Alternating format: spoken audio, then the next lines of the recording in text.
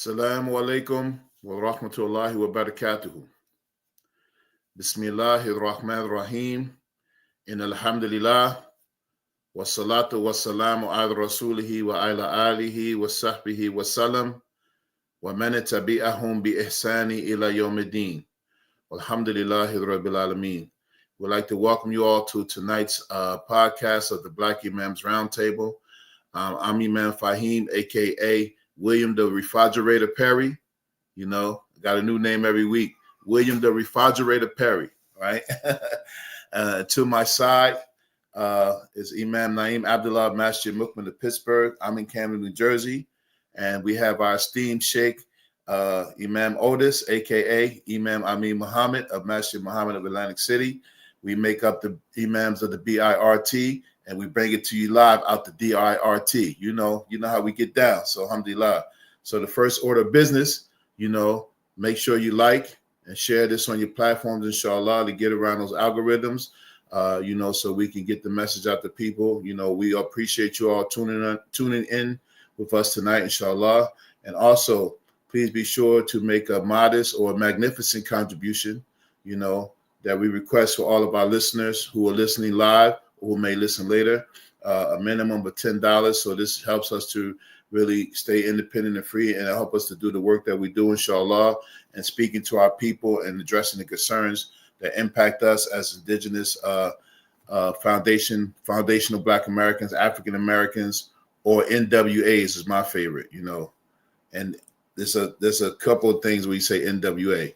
I'll say New World African, and then I'll say the other one as well. And if you from the late 80s, early 90s, you know what I'm talking about. Okay, alhamdulillah. So again, thank you all for tuning in, inshallah, with us tonight. And so tonight's topic is called Shaykh Abuse in the Black Muslim Community. Shaykh Abuse in the Black Muslim Community. And so this is something that's a very, complex topic that we want to discuss. But the actual thought of tonight's topic came not from the Black community, the Black Muslim community, but recently there was in another community a big scandal concerning someone who was a trusted religious leader, a teacher of the Quran, and there came out some implications about some misconduct on their part. And so when we seen it, of course, it's nothing new to us because we've experienced that in the Black Muslim community. Sometimes we were even under some of those people who had abused their power and their authority as being leaders, sheikhs, imams, and teachers and the like. And so it is a topic that is really worthy of discussion, worthy of a detailed and lengthy discussion, inshallah. And so we'll try our best tonight to cover and give it its due diligence, mashallah. And so some of you, I don't really want to mention the other one, but it was very, very detailed, one that, involved some criminal activity, And so that's when it really starts getting, difficult because, there's one thing to abuse your power and there's another thing to let people down because as a leader, as an imam, you can't satisfy everybody's needs. Somebody will have some type of complaint one way or another. Someone will accuse you of something and some people will outright accuse you without any foundation, And so all of these things that we're plagued with, but when it comes to the rights of someone else is being abused, and then what involves like, criminal behavior, something very important. And so that was what sparked this topic tonight. And we've discussed it in past episodes. But, since we're on the heels of that one, we want to relate it to our particular community, the Black Muslim community in America, inshallah ta'ala. And so someone shared with me, well, not someone, Imam Amin shared with me a clip by one of our American scholars and teachers, Shaykh Dr. Abdullah bin Hamid Ali, Lamppost Productions, and also he's associate professor at Zaytuna Institute in California, one of our well-renowned American scholars, may Allah preserve him, someone that I know personally, very beautiful brother, who's doing the work of reviving traditional Islam, and being an educator, a true educator, inshallah ta'ala. And so there was a clip that we watched and we decided to use this as a discussion for our topic tonight. And so Sheikh Dr. Abdullah, it's about a 5 or 6 minute clip, and it was a clip from a khutbah that he did. And so I went in the comment section to try to bring up the whole discussion, but I think it was been taken down. So I couldn't bring it up. And so the topic of what he was talking about in the khutbah, it was called 7 Ways the Muslim Community Facilitates Scholar Abuse. 7 ways the Muslim community facilitates scholar abuse. And this is important even by way of the topic, because, many times when we see someone as a leader or imam, especially in the Black community, in the Black Muslim community, sometimes we see a person fall from grace or be corrupted by some type of scandal or some type of thing that is embarrassing to their position.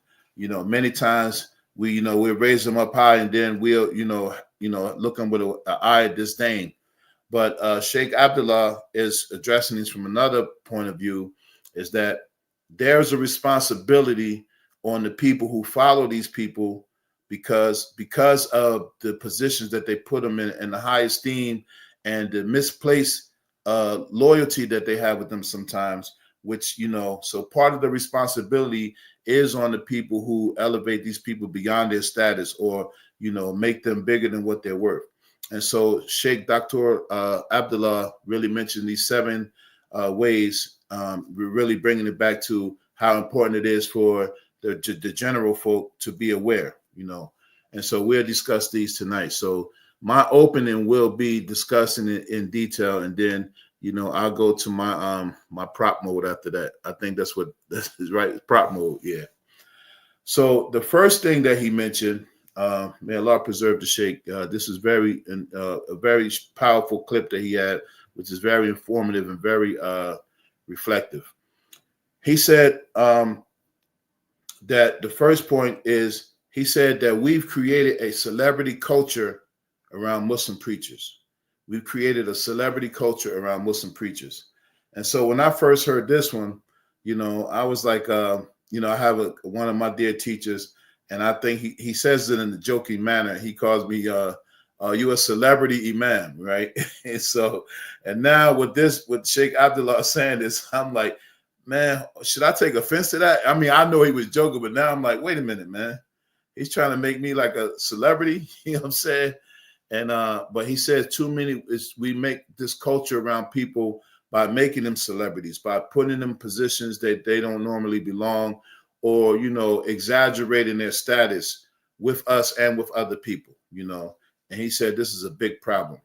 And one of the things that he said that, there are too many preachers, there are too many preachers. And there's a statement by Abdullah ibn Mas'ud, the great companion of the Prophet ﷺ, the one whom it was reported about him, that he had learned over 70 surahs from the Prophet ﷺ himself. So he was a scholar. And when you look at the traditional Islam with Isnad, Abdullah ibn Mas'ud is at the head of the Hanafi school, right? And so he said that there will be a time where you will be, he said to the people during his time, and Abdullah ibn Mas'ud was relatively young when he passed. I think he died in the year, I can't remember, maybe 32 or 33 Hijri. And so that's about 20 years after the time of the Prophet ﷺ. And we can go back and look that up. But he was relatively young when he passed. And he was young when, as a young man, he was, he had the heart of a lion. And so he said that during his time, this is related to people during his time, which was related to the succeeding generation. He said, you are in a time in which the scholars are many and the speakers are few. And he said that there will come a time in which the speakers will be many and the scholars will be few, And, Allah subhanahu wa ta'ala knows that, if this is not that time, I don't know what time it will be, So we have so many popular speakers. You can go online and you can find many people who are exciting, who are charismatic, who have, this charisma and all of this kind of things. And when you come down to it, they are just speakers, And sometimes we are infatuated with speech with people And then we think that they have some knowledge, and that's something we have to be careful about. And then we created this whole celebrity culture, groups of organizations or people or groups of people and organizations, and then we put them on pedestals because it sounds like they're talking some really profound truths, and they recite the Quran, they know Hadith, they can say statements from the ulama and stuff like this. And really, as you compare it to what sound Islamic knowledge is, they're just speakers, and we bear part of the responsibility by listening to these people. And and how you hear sometimes, oh man, did you hear such, oh man, he dropped it, oh, it was deep, and then okay, well, what did he talk about? What did you, oh man, I can't remember, but it was, oh man, he was dropping it, and so we become amazed with that kind of stuff, and so part of the responsibility when we have these speakers who are not true scholars, and there's too many speakers, I mean, there's a array of people that you can search online, and they have all of the dynamics of public speaking. They know how to raise and lower their voices. They have, all that kind of stuff, the tones, the pitches, and they sound really well, and so it's something to be, to pay attention to. The second thing is what Shaykh Dr. Abdullah bin Hamid mentioned. He said that we have created a culture of misandry. And the culture of misandry is the opposite of the culture of misogyny, right? This idea of, an assault on, being like condescending towards women. He said, but there's a culture of misandry, or this idea that, undermining men like they're not supposed to be protectors of women, or this assault on man and masculinity, and that, so like, you hear often, and you hear this all over, whether Muslim or non-Muslim, we don't need a man for this, we don't need men for this, people want to be independent, they want to be on their own. If a man exerts any kind of thing that's like masculine, they call it toxic, stuff like that. And he said that no, and then in the khutbah he said, no, you need a man to protect you, and this is part of the structure of Islam. Every woman has to have someone before she gets married. She has to have a guardian. She has to have a wali. And the wali is her mahram, someone who she can never marry because of blood relation, her father, her brother, her uncle, all of these people who are related to her by blood. There has to be a man present. There has to be men. And, contrary to what's going on in society today, men are always going to be a part of this, and men are always going to be the lead in this, and men are always supposed to be men in this affair of ours, and that's not going to change because the society has an assault on us. So he said this culture of misandry, where men are reduced to, statuses or where they don't have input, or they're not really being proactive in what they're doing. You know what I'm saying? And so, and then, I mean, we've had experiences in some of the, events that we had that, women were making these things about, there are no women, involved, or, where's the women's side? And not saying that it's not important, but it's almost as if like this competition to try to between men and women instead of us complimenting each other, and we could go on and on about all of these gender wars and attack on men and women. And then it extends to men and women not even want to be married no more.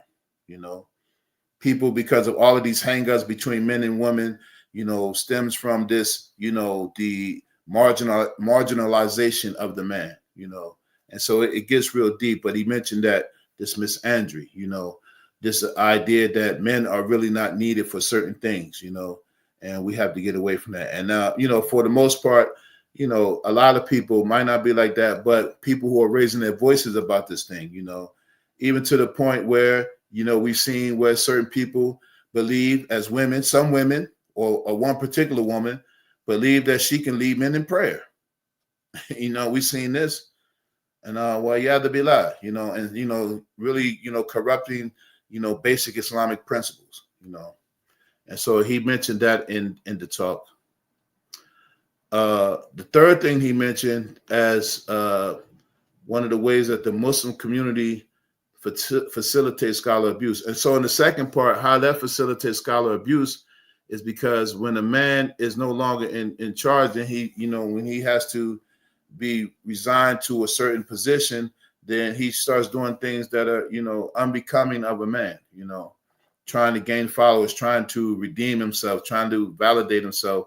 And that leads to, intimate conversations in inappropriate ways, and may Allah subhanahu wa ta'ala protect us from all of that, He said the third thing is that we have created this culture we have what he called technological tools of narcissism.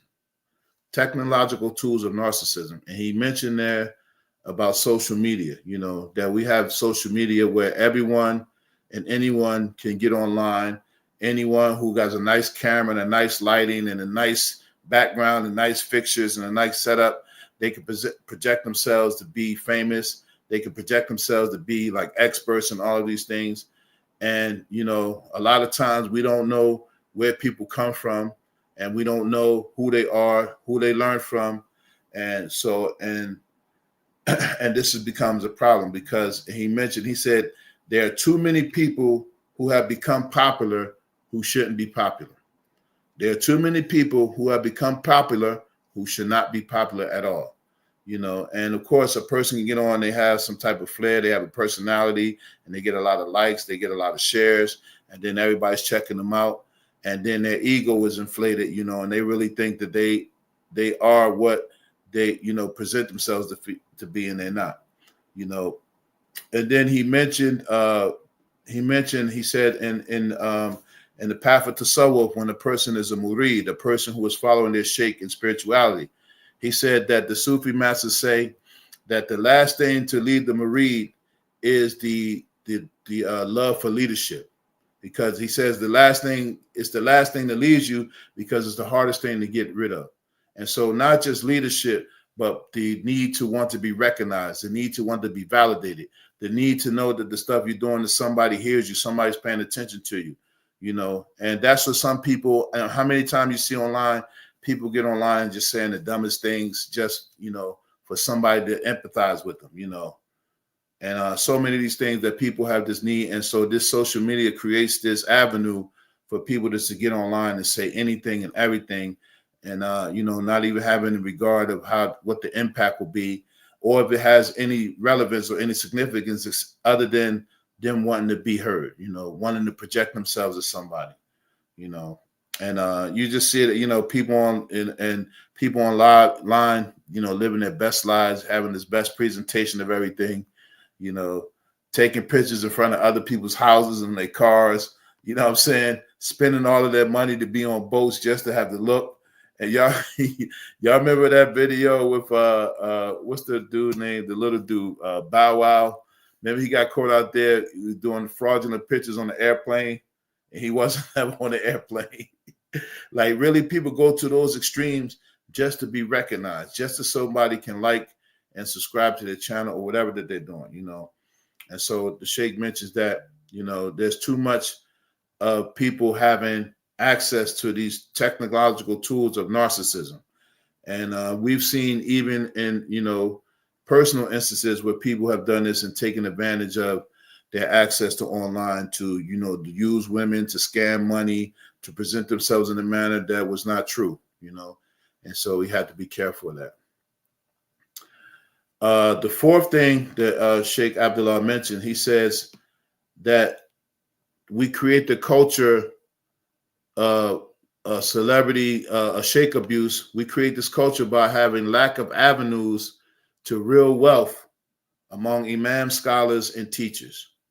Lack of wealth, So in other words, what he meant by it is that when a person goes overseas, right, and they go to study, and of course they may definitely be sincere. They went over and they made the sacrifice and all of the things that it took to learn and to come back with the intent to, teach their people or do something, productive, trying to get closer to Allah who's subhanahu wa ta'ala. And then when they come back, they find out that it's nothing that they can, there's nothing really available for them, unless, you're from a certain status or from a certain region or from a certain ethnic background, you can make some money. But a lot of times, especially in our community, a person who went over to study and to come back, they're put in survival mode. They got to come back, and oftentimes they got to find a way to make a living, and then they have to, really seem like almost as if they're a burden because of the need that they have after they made the sacrifice, and this is one thing that we're working on and that we need to fix as a collective, because too many of our people are making these sacrifices and they come back and then they don't have the ability to make a sustainable living, with what they have. And then they are forced, and Shaykh Abdullah mentioned, he said that they lighten the burden of survival by becoming entertainers. So, first they were scholarly, they were studious, they became, they were really about learning and teaching. And then they became, like more entertaining. They start loosening up. And then, sometimes they're just saying things to appease people, to placate people, and then doing things not to offend people, even if they know it's the truth. And so they become entertainers. And then the scholarly work that they put in is kind of lost, and and that's very important. And in our community, how many people that we know, even currently, we have, students who have a lot of potential that they could really go far if they have the right support, and because if we have, people who have sacrificed, and we would have to have a whole nother podcast about the lives of us as Imam, and because we know that we shouldn't put our stuff out there like that. But that's the only way people will really realize the importance of it and how difficult it is to keep this work up when you don't have these avenues of wealth, because everybody has to make a living, and this kind of work is really not for like, we know that you're not going to be like a rich person, but you shouldn't have to be worrying about, where your next meal is going to be coming from, or where you're going to live, or you're going to be on the street, or you can't afford the basic necessities of life, just because, you went to study. There should be an avenue made for imams and sheikhs and teachers where they can, they're doing more than surviving, and they don't have to resort to like working. Or I remember there was a certain imam that, that it became all about business, that he would make his recordings and they wouldn't make them available to public. Like if you went to his website, you had to buy a regular khutbah recording, you had to pay for it, you know what I'm saying? And everything was about money because he was in survival mode, and so that stuff is important. The next one is number 5 is he said that one of this is the other way that the Muslim community facilitates scholar abuse. And he says, because there's a lack of self-mastery. There's a lack of self-mastery among people who are studious. And then there's greed and competition for community attention. So they make that their be all and end all, competition for community. And he says a lot of times when people are not, mastering their craft, and they become in a competition about likes and, notoriety and trying to get money and all of these kind of things, that we miss a lot of red flags. We miss a lot of red flags. There are people, for instance, one of the most important things is that where a person is from, what's their background, what's their upbringing. A lot of times we've seen people who may go overseas and come back. We don't know where they're from. They come from another region. You don't know anything about them. They haven't really established themselves, and they're like a complete mystery sometimes, but because, we know that they went overseas and they claimed to study with someone else, and they made the claims that they were the number one student of the Shaykh and all of that kind of stuff. But then we heard other people that were there was like, nah, he was sitting at the back of the Masjid asleep because he couldn't understand the lesson. And so, but he comes over here and he's the major student of such and such and so and so. And yeah, he learned some basic, Arabic words, and he learned some ayahs from the Quran and all of that kind of stuff. And Sheikh Dr. Abdullah said, we need more practitioners. We need people who are on the ground where they are in real life as they appear to be online. And so that comes with being engaged with people in real life. So that comes with being engaged in communities and keeping your leadership or your imams or your sheikhs, whoever, making them accountable. You know what I'm saying? Making sure that they are real, who they are who they say that they are, inshallah, you know. And so that involves us really, you know, kind of, you know, veering away from this social media thing just a little and get more into real life on the ground, you know, like sometimes take a break from this stuff.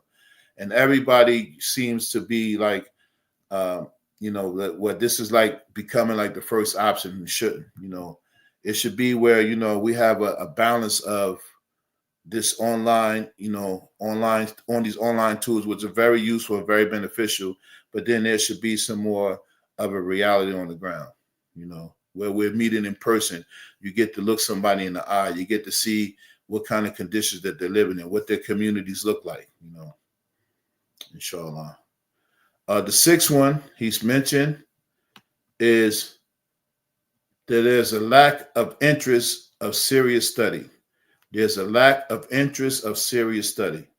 And he said that we don't need what he called Sunday school Islam. Sunday school Islam, you know, where it's on the weekends we're teaching and then that's it. You know, there has to be a zeal for serious study, making sure that we are producing people. And this is one of the things that we mention often here, that it is upon us as a people, us as lay people, to really know what we're supposed to know. And this is what we push. You know, and one of the red flags that you should look out for is someone who wants to really doesn't want you to express yourself or doesn't want you to, you know, be your own person. You know, they want to influence everything that you say and they want you to stay away from this and that kind of thing. And, you know, they don't want you to give an opinion about things. All of those things are red flags, you know. And then we have people who are not even, you know, we've seen them, you know, crash us on our platform. They're not even well read in English, you know. But you know, you hear them, you know, giving links to all of the stuff that they wrote. You know, everything is coming back to check out what I wrote, check out this blog, and all of it is them. You know, being amazed with themselves. You know, and stuff that is hardly discernible in English language. That you read it is like, this is really English? Can't be. It might be the old English with it, you know. But, you know, those kind of things, you know, but there's a lack of commitment to serious study and, you know, not producing people who are qualified, because that's what we're going to need. And one of the goals that we've always mentioned here is that we're trying to do people who will supersede us in the work that we're doing. That 20 years down the line, someone is going to carry this, and it's not going to just be survival mode. They're homegrown, you know what I mean? They committed to study, and that we're able as a collective to take care of them because they made that commitment, and we've also committed to them, inshallah ta'ala. So he said, you know, the lack of interest of serious study. He said when we don't have serious study, or when we do have serious study, that we won't be easily impressed by people, you know, when we hear them, because we'll know from our studies and our serious study that they haven't really engaged in serious study, you know. As the Imam Ali said in the narration, he said, know the truth and you will know its people. Know the truth and you will know its people. So when you know what's true, then you know who's not true. And so you won't be amazed by somebody that comes and they speak really nice and, you know, they have a nice monotone voice, or they get animated or stuff like that, however they do it.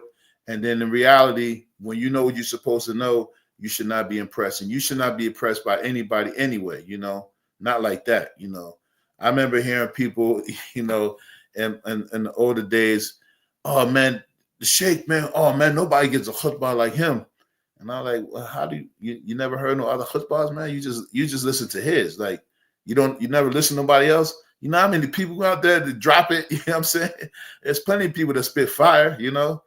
And so when we become, you know, fans of people, you know, we become infatuated with personalities and this culture of celebrity, you know, celebrity worship that we get from the West. You know, we put these celebrities on a pedestal, and, you know, everything that, you know, we think that's successful that they have, and it's really just material possessions. But these people are, you know, like you see with the Diddy now, these people are sick. You know, these people are twisted, they're corrupted. you know. And then the last one, as I'll stop there, he said that there is an unhealthy attitude towards preachers, an unhealthy attitude towards preachers. Everybody who sounds good or has a good presentation or looks great, you know, then we jump on the bandwagon, you know, and we are notorious for that as a people, you know.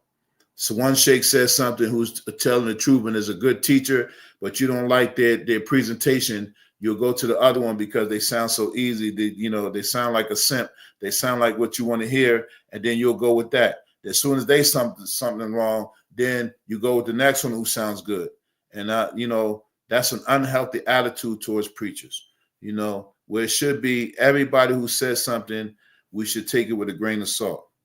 You know, as Imam Malik said in the narration, he said, every person can be accepted or rejected except the one in that grave, sallallahu alaihi wasallam. And he pointed to the grave of the Prophet, sallallahu alaihi wasallam. And so we should be conditioning ourselves that when we learn, even if it's a teacher that we favor, or even if it's someone that we don't like, take it all with a grain of salt and analyze what they're saying, and, you know, create this ability to be able to think and to judge and make conclusions for yourself. You know, it's one of my teachers told me, and I'll never forget this. He said, I listen to anybody because I already know what I'm looking for. I know when I listen to people talk, I know I'm competent enough in my knowledge to know what feels good to me, you know, what relates to me or relates to my situation, or what I can use to benefit my situation. And so being able to use that tool of discernment is very important. Don't be amazed by anybody. Don't be amazed by anybody, no matter how good they sound, because as Shaykh Dr. Abdullah was alluding to, part of the responsibility of these people who become celebrities and then they let us down is because we put them in that lane. You know, we over-exaggerated their status. We over-exaggerated their level of knowledge. We over-exaggerated them in a lot of ways. And then, okay, we come to find out, this guy was nothing but a charlatan. And we ignored the red flags. He was nothing but a womanizer. We ignored the red flags. He was nothing but a scammer. We ignored the red flags. And the red flags was like super red, like cherry red, you know, big waving, you know, that if you paid attention and not be infatuated with somebody, you would have never got duped or bamboozled or led astray or run amok. You've been had. And I mean, I'm laughing, but it's really not funny, you know, but seriously, these are some very important points that Shaykh Dr. Abdullah reflected on, and that I got a lot of it. And so I'll turn it over to my fellow Imams, inshallah, so they can expound on it further. Alhamdulillah. It always cracks me up when we talking to see Imam Otis cracking up. I'll be like, what is he laughing at? Which part is he laughing at? Alhamdulillah. Alhamdulillahi Rabbil Alameen. Wa sallallahu ala Sayyidina Muhammadin wa ala alihi wa sahbihi ajma'in. Amma ba'd. Assalamu alaikum, everyone. Alhamdulillah. Inshallah, I pray that my first round of comments won't be too long, because I intend to restrict them to giving my opinion on what Shaykh Abdullah mentioned in the talk that Imam Faheem was commenting on, because I jotted down a few things when I listened to it. One thing I mentioned that I wrote down was that he mentioned that there's a culture of misandry. In other words, a hatred of men. And I used to comment on this a lot. I believe this misandry has increased, but it's been around inside the Muslim community for a long time. I've even, for example, watched, because when you are a public speaker, you're an imam or you're some type of political or public person that speaks in front of people often, sometimes you know what to do in order to get what you want, to get the energy back from the audience or the people you're talking to. So I remember a long time ago, I was watching someone, and I know the person personally, So I remember that he was speaking to a crowd. It was a lecture. It wasn't a Juma or Khutbah. And he wasn't getting the energy that he wanted from the people. And in the middle of his speech, which had nothing to do with marriage, male, female relationships, it had nothing remotely whatsoever to do with that subject. He just, in the middle of the talk, started saying, and sisters, y'all got to stop marrying these bums. These brothers need to pay bills. And then it says, that's right, brother. Go ahead. Tell it like it is. Right. They started getting all that. Right. So he just threw something in that had nothing whatsoever to do with the topic. And I'm a good listener. It wasn't like I missed something. This had nothing to do with the topic. He just threw it in there. And then when he got the energy that he wanted, then he pivoted back to what he was talking about. And I mentioned that example because it's been well known. And I observed this had to be at least 15, 20 years ago. And I observed this and I mentioned this because it's well known that if you want people to gravitate to you, to take on your opinions or to side with you, just beat up on the brothers. The sisters will ride with you. And I believe this is an example of the misandry that Dr. Abdullah was talking about. But I don't believe that it originates in our community. I believe it's a symptom of something bigger. I mean, if you just back up for a minute, just take the Muslims out the picture, you will see that's the same thing going on in a non-Muslim community. Black, white, and basically this is almost like now American culture now, where the men are bad, evil, they get blamed for everything, right? And so I believe on a psychological level, this is a symptom of the Muslims imitating the kuffar on a psychological level. Because a lot of times we don't see it because either we live in a bubble and we're not paying attention to what's going on in the outside community, or we are paying attention to what's going on in the outside community, but we don't see no connection. We think it's just two different communities operating, at the same time, but have no connection with one another. And we don't realize that one community is influencing the other community. The outside non-Muslim culture, pop culture that we live in is directly influencing and directing the Muslim community here. If you've been here long enough and your eyes have been open long enough, it's clear as day. And I just believe this is one sign of that. The kuffar have created, the non-Muslims have created this environment where it's okay, it's chic, it's cool to throw men under the bus, to blame men for stuff that they have nothing to do with. On top of the stuff that they are guilty for, just blame everything on them, right? This is that I think is started by social engineers, put out in the non-Muslim community, and we live amongst them, and we are, like a better word, we are scared, or we don't think it's important, or it never even crossed our minds to have our own communities where we can safeguard our intellects and our culture and all of these things from the influences of the greater community. Then, so this stuff is affecting us directly and we don't even realize it. We don't even know where it's coming from. We don't even think to say, hey, this opinion that I have, where did it come from? Abdullah, he said it more than one time in the comments, feminism. I believe feminism before and now is spearheaded and started and pushed by men. I believe feminism is a tool, personally. Anyway, another thing that Dr. Abdullah mentioned was that there is groups of people, like actual organizations that they specialize in trying to find dirt on imams, leaders, speakers, etc. Like that's the reason that they exist, looking for dirt and scandals on Muslim public figures.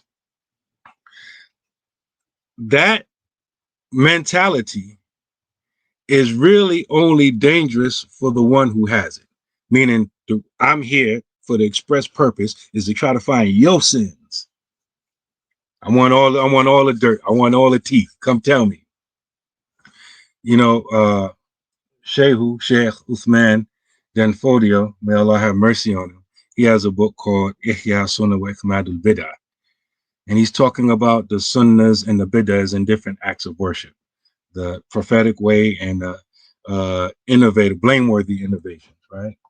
But he started in the introduction of his book, mentioned that he did not compose this book to look for the sins of people. Like, that's not his intention. Then he mentioned a narration that's in the Muwatta of Imam Malik, where it said, "La tanzuru fi dhunubin nasi ka'anukum arbab, wanzuru fi dhunubikum ka'anukum abid." Do not look into the sins of people as if you were lords, but rather you should look into your own sins as if you were servants.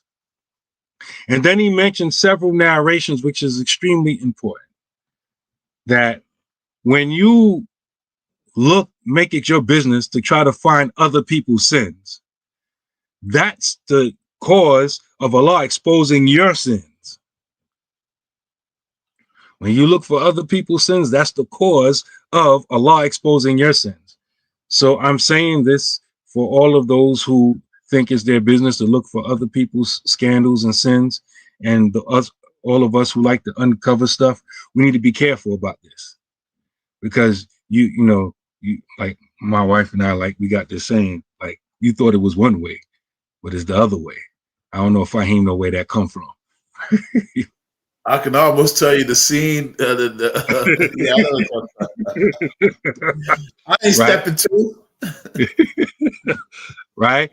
But you thought you was going to expose him, right? But you know, you end up getting exposed, right? So be careful about that. A lot of times when scandals happen, everybody gets activated and wants to, let's see what we can uncover. Let's dig some more. Let's look, right? And be careful. Looking for someone's sins and accidentally stumbling upon someone's sins are two different things. We're talking about looking, digging, prying for someone's sins. Be careful about that. I mentioned some other things, but I don't need to go into because Imam Faheem covered it. One thing that I would like to mention, though, because it made me think of something that I see happening a lot. Like sometimes, for example, people reach out to me and they want like an imam's training class. What they're really not asking, they're not really asking for imam's training class. What they're really asking me for is public speaking class. They want to be a khatib. They want to give the khutbah. They're not really talking about the job of the imam. They're talking only about the speaking part. And they want me to help them. And the question is deep to me because I start asking this question when someone comes to me with that. Have you studied a basic book of fiqh with any teacher? And the answer is always no. And to me, that's amazing. There's a collective disconnect in our minds between public speaking and having a base level of knowledge. So wait a minute. You mean to tell me that you want to get trained to stand up in front of dozens or hundreds or thousands of people and speak about Allah and His Messenger and His Deen, but you haven't studied a basic book about Allah and His Messenger and His Deen with anyone yet, but you want to talk about it though? I need y'all to ponder on that for a minute. People want to speak about those things, but they haven't learned properly about those things at the feet of anyone. There's even people online right now standing in front of their camera, talking to themselves, speaking. Think about the mindset. Think about that. If you was to get in the comments when they were speaking, when they're speaking to themselves, and you asked them, "Hey, Shaykh, salam alaikum," that stuff you kick it is deep. Who did you learn from? Crickets. Get off my live. There's a disconnect there. We should be perpetual students. Perpetual students. We should always be trying to learn from someone. There's no problem with learning and teaching simultaneously. That's actually more closer to the sunnah than what some other people are proposing. But people like Sheikh Abdullah mentioned it. People just want to become entertainers in the guise of being teachers. That's something we have to watch out for. If you want to be in front of the masses, the multitude, you think you're going to be the next Malcolm, right? You haven't learned anything basic yet. If this is you, I'm talking to you. If this is you, nobody knows this is you except you. Be honest with yourself, right? Ask yourself, why is that? Like Imam Faheem's favorite rapper used to say, why is that? Why do you want to be in front of people talking and you haven't learned yet? Why? What is the motivation behind that? Ask yourself that. And just to quote Amr ibn al-As, he had a meeting, a conversation with a person like this. And his name was Musaylama al-Kadhab, Musaylama the big liar. You know, the first major false prophet. Amr ibn al-As had a meeting with him before he even became Muslim. So he was still Kafir at the time. And you can find this story in the tafsir of Surah Asr, because Allah had just recently revealed Surah Asr, chapter 103 of the Quran. And so Musaylama had this thing where he would like to make up his own bootleg revelation, trying to compete with the Prophet sallallahu alaihi wasallam. And so he asked Amr, he's like, the way we would say, what's the last thing was revealed to your man, your boy, your partner? Because they're from Quraysh, even though he wasn't Muslim yet, he was from his people. And he told him Surah Asr, which is interesting because, like I said, Amr ibn al-As wasn't Muslim yet, but he still kept his ear to the ground and what was going on with the Muslims, and he was familiar with the latest revelation. And we know Surah Asr by the token of time, right? So Musaylama came up with this weird thing, wobble, like, you know, it's like this little animal, like a rat or something like that. Like, so he swam by this rat, this desert rat. Then Amr ibn al-As looked at him and he said, you know, and I know that you're a liar. To say it another way, you and me both know you fry, right? You know, this ain't no revelation, right? This is crazy. This is nonsense. This is gibberish. And then he made a comment about that whole encounter. Because if you know anything about Musaylama, I won't do no shameless plug, Imam Amin. Hey, one of those things is the lack of resources. So if you can make a shameless plug, get your resources out. I'll make the shameless plug after I finish talking. He said, because Musaylama, remember, he's emerging during the time of the Prophet sallallahu alaihi wasallam. The truth is on the stage. And Musaylama had a whole lot of followers. He didn't have a little bit of followers. He wasn't like Imam Faheem said, a person going live, giving a khutbah to himself waiting for someone to watch. We know to get that little notice on Facebook, waiting for people to join, right? It wasn't that. Musaylama was deep. He had a lot of followers. And many of them knew that he wasn't no prophet, but they followed him anyway. That should sound familiar. And Amr ibn al-As, he said something to the effect that it doesn't matter what someone puts down. There will always be somebody more than willing to pick it up. Like, it doesn't matter how crazy this person's claims or his ideas are, there's somebody going to follow him. So, I mean, that's deep right there. And Amr ibn al-As, he was one of those companions that made a lot of comments about the nature of people. You know, he later on became the ruler of Egypt, and he made a lot of comments about Egyptians and stuff. So, you know, alhamdulillah.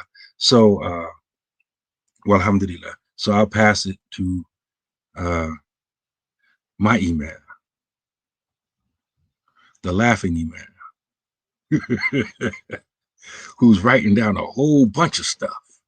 Hope I didn't interrupt his writing. Alhamdulillah. Bismillahir Rahmanir Rahim. Alhamdulillahi Rabbil Alameen. Wassalatu wassalamu ala Rasulillah wa ala alihi wa sahbihi ajma'in. Assalamu alaikum wa rahmatullah wa barakatuh. So, did you check the private chat and see my laughing? Some stuff just sit with you, right? Because a lot of people, they feel that way. They might not say it. So when someone says it, it kind of tickles you pink because they really don't realize what we do. Because that's when I hear stuff like that, I say to myself, you just don't understand the job of a black imam. You have no clue, right? You just lost. That was a private conversation publicly, right? Everybody, what the heck they talking about, right? I'm not allowed to tell the jokes. But anyway, let me go on to talk to y'all about what the conversation. I want to say a few things because Imam Faheem and Imam Naeem laid out both basically everything. So I want to highlight some things that really are particular to Shaykh abuse and the Black Muslim community. And Shaykh abuse, scholar abuse, I think doesn't apply to us at all. That's my honest opinion. When we talk about the Black Muslim community. So I think we should stop listening to other people and their narrative. Some of these things are not our problem. We got other problems, that ain't it. So you can't, as Black leaders, you can't say Shaykh abuse, scholar abuse, because Black leaders are never really given that level of respect anyway. Very few. So the idea of celebrity culture doesn't exist in our communities. It's not real. If you go to the average African-American imam or leader, he ain't no celebrity. He's a worker. Go to his masjid and see what he does. You're going to find he's not a celebrity. He might be a celebrity to some people outside of around him, but where he's at and what he has to do on the ground, he ain't no celebrity. As I was making a joke today, I pulled up to the masjid and I had a bunch of boxes, right? And I was on the phone. I said, let me get off, because we was talking about this subject. I said, let me get off this phone and go do my celebrity imam work, because ain't nobody here to carry my bags. Right? And that's real. You don't carry your own bags. Ain't nobody kissing your hand and none of that. That's not happening in the Black community in most of our communities. So the discussion of Shaykh abuse, that's somebody else's problem. And we have to learn as a Black Muslim community, Stop taking on other people's problems. That's not our problem. That's your issue. And that's not our issue. And sometimes we have issues that's not their issues, right? So I don't buy into the Shaykh abuse stuff. I don't, not in the Black community. Do we have, and I'm gonna use the nicest words, do we have Negro stuff? Yes. They ain't got to do with being a Shaykh though. They ain't had nothing to do with being the Imam. That's some Negro stuff. And we know it when we see it. We got another word for it, but let's keep it clean, right? He ain't doing that because he think he's the Shaykh or he's the Imam. That's some Negro stuff, right? So we're addressing that, right? And that's another whole discussion in and of itself to identify Negro stuff. Like, we all know it when we see it. They ain't got nothing to do with him being the Imam. Don't got nothing to do with him being a Shaykh. Don't got nothing to be a scholar. Got nothing to do with that. I'm speaking from experience. So sometimes we have this melting pot that's not real. It's not real. It doesn't exist. So we need to put things in its proper perspective. I know all of us, we ain't celebrity imams. And the internet has not changed us into celebrity imams. We on the ground with us, and we deal with the same thing, whether we in Atlantic City, Pittsburgh, Camden, Philly, New York, DC, California. You go anywhere, it's the same old song. As Digital Underground used to say, all around the world, same song. That's us. So let's be in our real context. That's one point I wanted to say. So we need to deal with our own stuff, because we'll get distracted about something that's not even our reality, right? We're concerned about what's going on in the suburban community or in the immigrant community. It's not our business. I mean, we might say, mashallah, we enjoying what is right and forbid what is wrong, but that's not our problem. So I say that. And then sometimes we have crossover artists, crossover sheikhs who act like they not Black no more. So they are actually involved and engaged in someone else's struggle and not in our own struggle. No Scud missiles thrown. I'm just being honest. Crossover, pop artists, just all over the place. And you're speaking from a context that has nothing to do with us. So I'm just keeping it kind of real. So let's deal with our own issues. And if we have these similar things, we ain't gonna look at it as Shaykh abuse. We're gonna like, yo, man, we gotta deal with this Negro, right? Because that's what that's all about.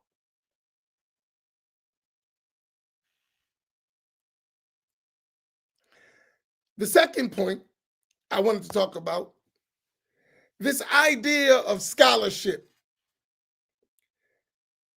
Enough with the elitist talk. Really. Ain't none of us scholars.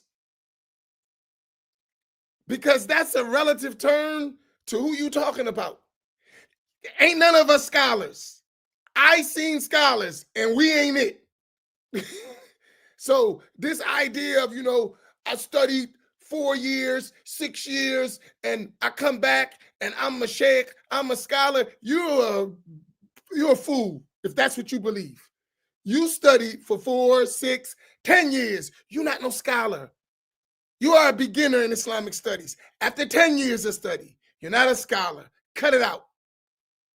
So when we say people faking to be scholars, no, all of us are nowhere near scholarship. Not a one. That's a lofty station. And serious study will teach you that. So a lot of times we be trying to pump ourselves up while putting others down. We got to be careful about that. You ain't no scholar. Knock it off. You may be smart. You may have learned a little something. Scholar, stop. Breaks. Because that that is fabrication of reality. And what it does, it lowers the bar for us. That we start thinking, and it's part of creating this online culture of, you know, I want to be the man, because the bar is so low. All I got to do, get me a microphone, get me stuff, get me some Sahih Muslim, Sahih Bukhari, get me Quran, get me a couple things, listen to me a couple lectures, I'm Shaykh. No, you're not. So if we just stop lowering the bar, maybe we won't even be having that conversation. I'm at best an inviter or a caller to the path of Allah within my capacity, at best. And that's relative for every single one of us. Some of us have more ability because we learned a little bit more. Some of us are far less. So, but we all relatively at a level. Scholarship, stop. That's just, we ain't nowhere near no scholarship. Outwardly or inwardly, stop. But that celebrity culture wasn't us. That's somebody else who started that stuff. That's the show, we call it. That's the show. They started that. I've been around Islam movements since I was 10 years old. I'm 54 now. That's 44 years of being around Islamic movements. We never was like that as a people. All of us were fishermen. We out in the streets, going out on the corners, talking to people, giving up the knowledge, whatever we had. There was never this idea of celebrity. And if we had an Imam, we honored him. And usually if he crossed us, because he's doing some Negro stuff. But it wasn't no, right? So he was a swindler. He was that other guy. But wasn't celebrity stuff. He might have been a charismatic leader. He might have been gift of gab, but no one looked at him as some great scholar. It was, man, brother's on it, yeah, and he's on some Negro stuff, and we ultimately find out, and then we leave him. That's real talk. And sometimes when I look at this stuff, I just be like, man, we so full of crap. Right? Seriously. That's how I be feeling. I'm like, we got to get ourselves together. Like, we can't pass delusion on to the next generation. It's got to be somewhere where we say, you know what? Here's where we at, and here's where we want to be, and then figure and chart a course how to get there. And stop acting like we have arrived.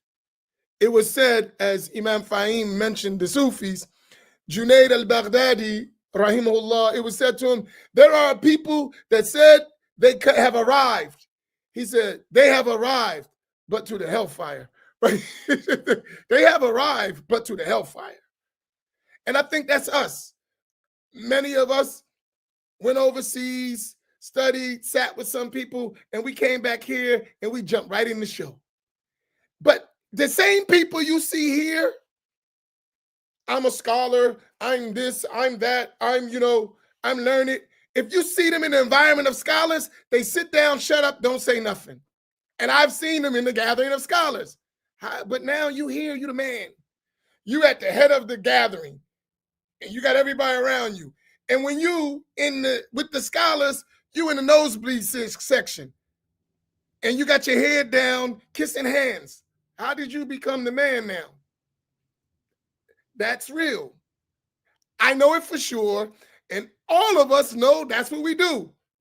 Even the big guys that we look at as the celebrity imams, when they around real scholars, mashallah, Sidi, barakallahu fikum, Shaykh, jazakumullahu khaira, Abdul Fakir. Wait a minute, Abdul Fakir, ain't what you the one sitting at the head of the majlis? Right now, you the poor servant. You was the arrogant servant when you was sitting in front of everyone else. Now you're around real scholarship, and you go in your place. But there's nothing wrong with that. But you need to have that when you're outside in front, not around the scholars. You need to realize your state and not pretend. So, I mean, that's just being real, right? And as people you know, who been around, you know, ain't none of us like that. So I think the issue of honesty with regard to our abilities and our qualifications and our status is essential when we're doing da'wah.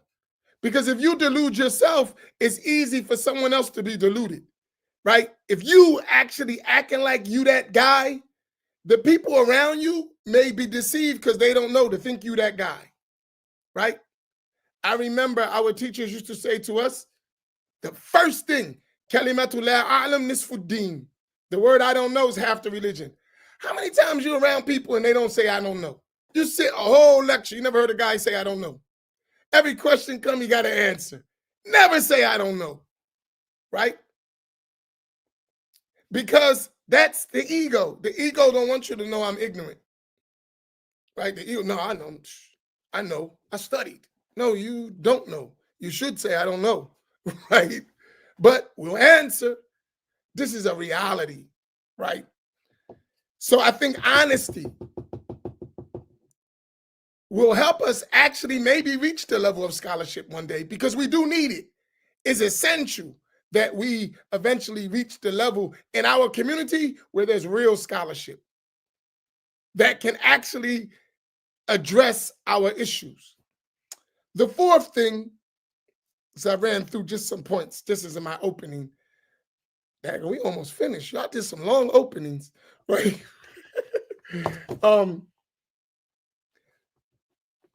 The abuse thing is people's nafs running wild.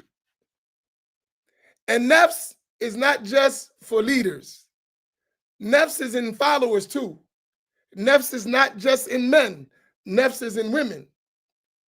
So it's easy to point and say the Imam or the Shaykh or the scholar, I don't know who you're talking about, but the scholar is use his position to trick me.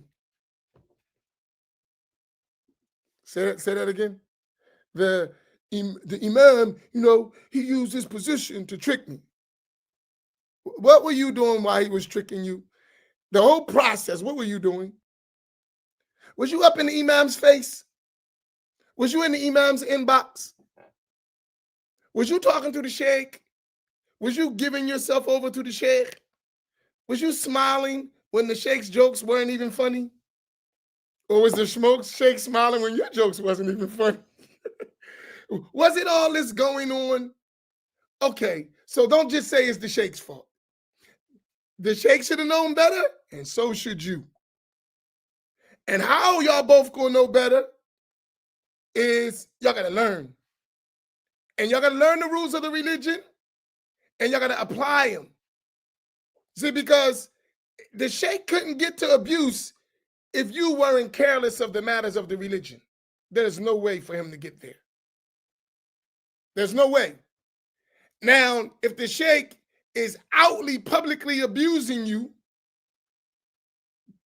which I doubt any Shaykh is going to do, even a fake Shaykh ain't going to do that, that means he got access to you. And religiously, if you give him that access, you should expect that something may not go all right. It may, but I'm just saying, don't act like you don't know you're in that position.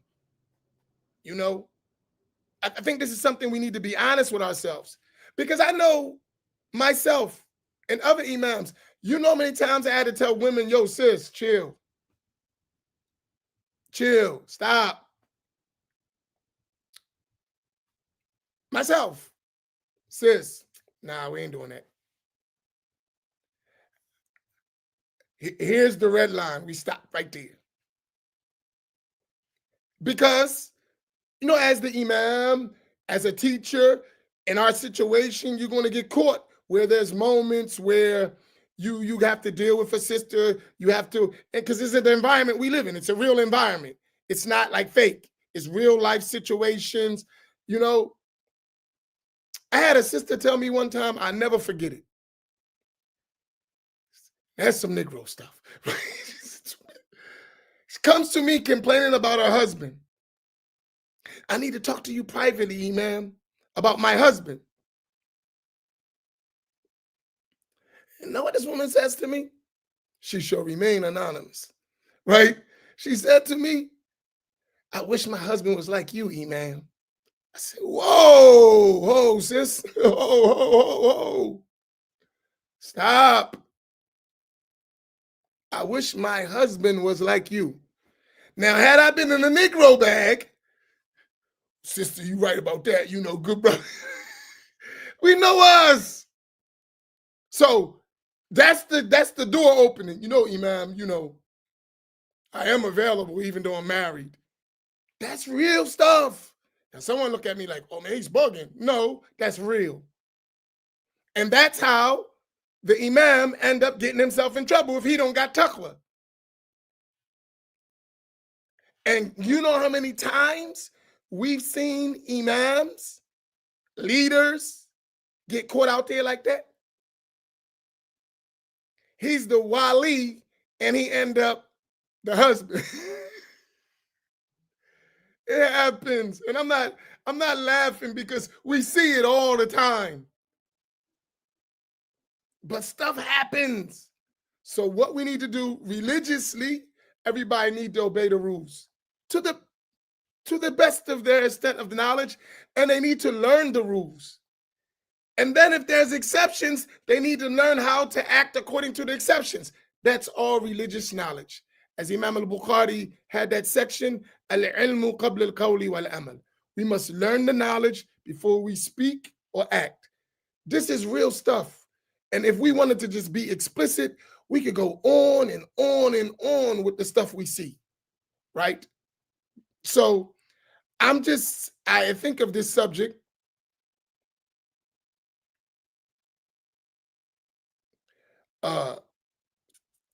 let's be real with ourselves, because, you know, we like to act like we don't see what's going on. And one thing that we try to do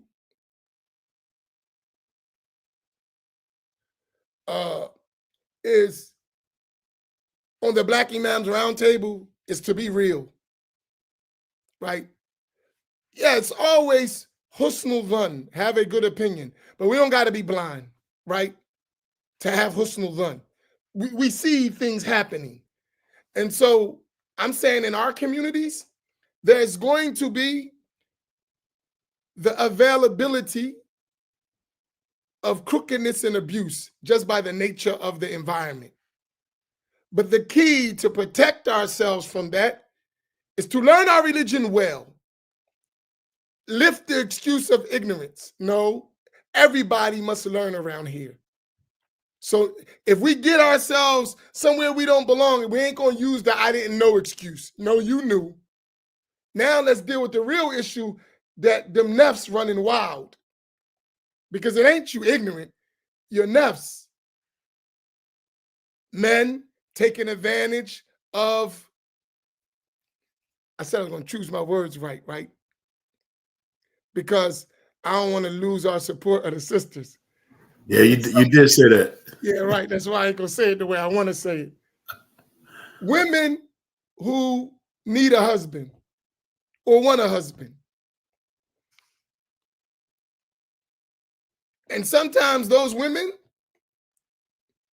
they will put themselves in positions that will compromise their integrity to try to get a husband, right? That's real. And if the man's ego and nafs are not in check, he's going to take her up on that offer, right? And he really don't want to marry her. He really don't want to be with her, but his nafs are out of control, and she's promising to keep it a secret. Listen.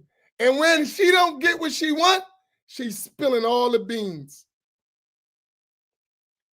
That's how it works. So imams, would-be teachers, ain't nothing a secret. If it's in the dark, trust me, soon as she don't get what she want, it's coming to the light with spotlights, and you're going to be on the front page. So don't put yourself in that position. Be honest. Be straightforward. Because it could happen. She'll be down with you till you hurt her feelings. And then she's going to spill the beans. And she's going to play victim while she was just as guilty as you. So you need to behave yourself, and she need to behave herself. And that spirituality, the thing everybody hate, tasawwuf, that helps you overcome your nafs. That, you know, we're talking about the Sufi stuff. Yeah, that Sufi stuff is going to help you control your desires. And you notice in our communities, the one who get in all those scandals is the one who don't want nothing to do with Sufism. If we look in our communities and we see all that all them scandals, messing up women, you know, going to give a lecture, then end up in the sisters' quarters talking about I want to give da'wah. That stuff is people who don't got tasawwuf. That Sufi stuff. I know your nafs is out of control. And the Sufism going to control them nafs. As they said about the books of Imam Ghazali, Imam Ghazali's book's going to tell you who you are, not who you claim to be. Right?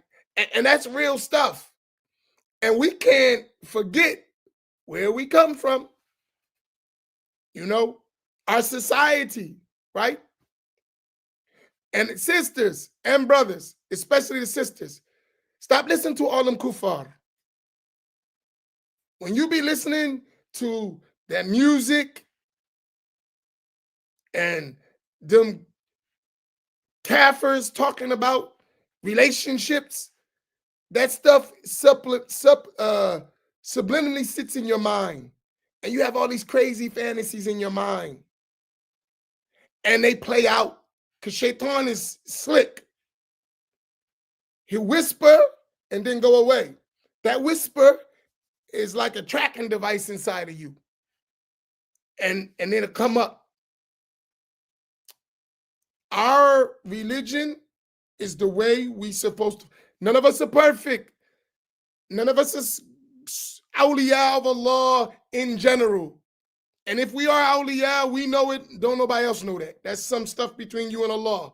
So we're not going to give you that automatically. Right? So don't forget we all humans. And we have bashariya. We have our own human nature. People going to be people. So protect ourselves from our own selves sometimes. Sometimes you got to know you. You know? And as I'm in rap mode today, Imam, Faheem, check yourself before you wreck yourself. Before you riggedy wreck yourself. That's right. So that's my advice. I have a lot more to say about that, but I honestly don't think that our issues is not other people's issues. We know our issues. And we got to stop living an Islam that's not our Islam. Living a culture that's not our culture. We got to deal with our stuff, right?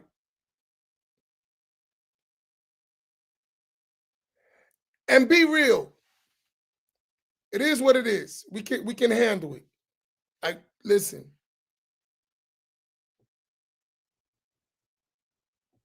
I'll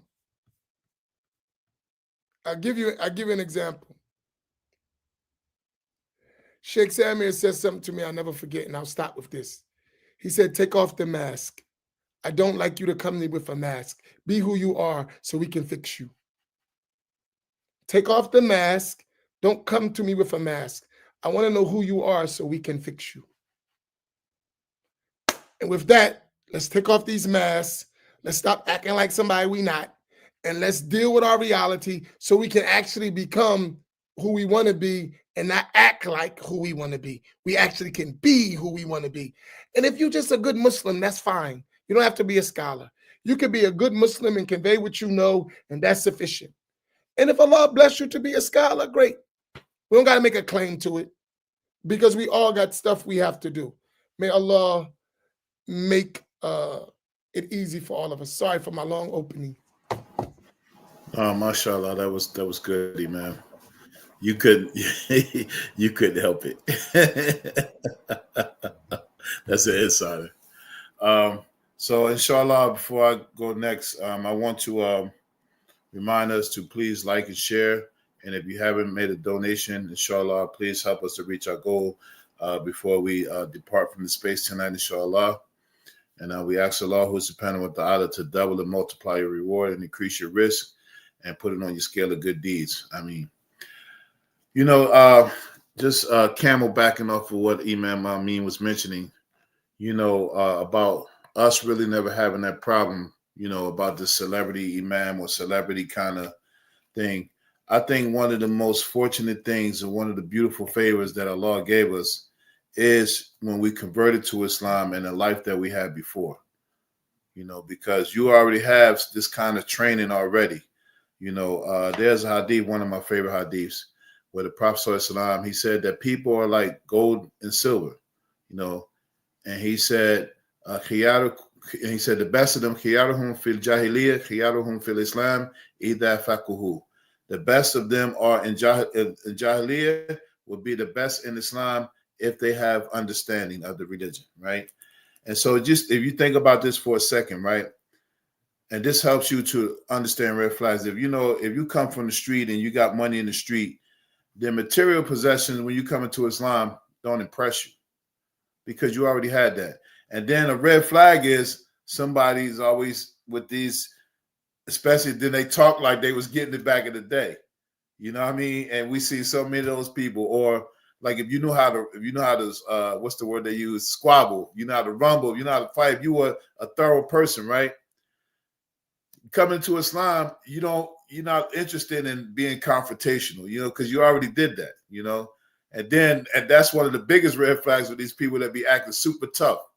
You know, like Mike Tyson said, everybody got a plan until they get punched in the face, you know.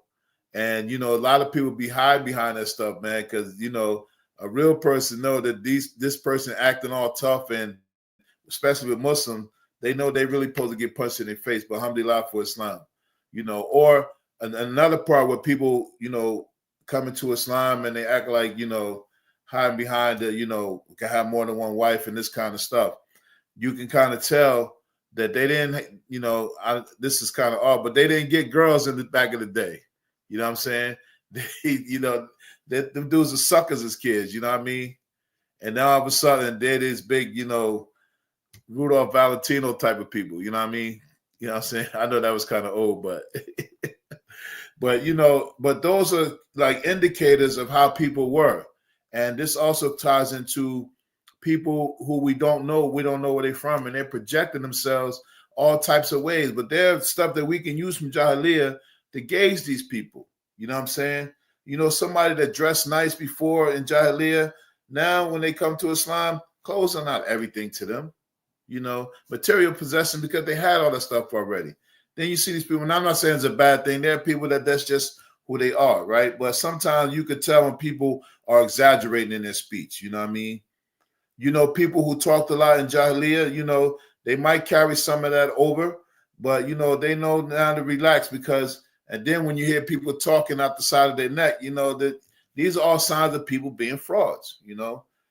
People who study in Jahiliyyah, right, and went to school with good students, they carry some of that over, but then they really realize the transition that Islamic knowledge is not like Western knowledge. You got to go deeper, so you already had that foundation. And then when you study, you know that you don't know stuff, right? And then you gauge that against a person who always talking like they know something, right? That's the first sign that they don't know anything. And so we got to use some of these tools from Jahiliyyah, right, to understand how we're seeing some of these things. Because the gist of what Shaykh Abdullah was saying was like a big part of responsibility on people who take advantage as leaders and abuse their authority is because we allow them to do it, because we're not recognizing these things. You know, we're looking at certain things and we're not looking at red flags that be redder than a volcano, than lava from a volcano, hot, burning. And all we hearing is about what they said and how they looked and their appearance, you know, especially online, you know, and you know, as Imam Amin was mentioning, that's really not a part of what we are. But we've had people just because they never overcame that Negro part in Jahiliyyah, right? And so the hadith applies.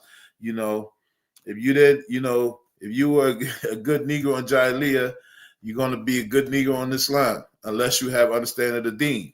You know what I mean? And so then you have to repel that. Jahiliyyah is the time, the pre-Islamic time, the period of ignorance, or what we're saying is the time before we convert to Islam. So our period of our lives is, we call that Jahiliyyah, the pre-Islamic times of ignorance, right? And so those are indicators, because we live in a culture now that you don't really know people. And especially with this social media, as Shaykh Abdullah said, that these are tools for narcissism. You got people coming out of jail. You got people you don't know where they're from, who know them, who can vouch for them. And because they sound good, we are accepting them, and that's why the celebrity imam stuff don't apply to us, because we've been at this 20 years or more, before there was any kind of social media, and we don't even buy into that stuff, like I go around, people be like, oh yeah, man, boom bap. And I'm like, yeah, I engage you. Yeah, it's funny, but man, listen, where's all this where's all this energy? I'm saying, when my bills are due. I don't hear from none of y'all. You know what I'm saying? You know what I mean? So that kind of stuff. But it's important to look at those experiences that we have in Jahiliyyah and think of the favor that Allah is playing without. Even, and I was talking to a brother about this, even the corruption we learned as kids, we learned games that had all of these, sexual overtones when we were little, right? We learned games like Catch a Girl, Kiss a Girl, and I don't know what they call them in different regions, like Squeeze the Lemon, and then you play Jailbreak. You went after the girl that you liked all the time. She wasn't even the one that broke out of jail. She wasn't even in the game. You hung around girls that jump rope. You know what I mean? You even jump double dutch. You know what I'm saying? And you know what I mean?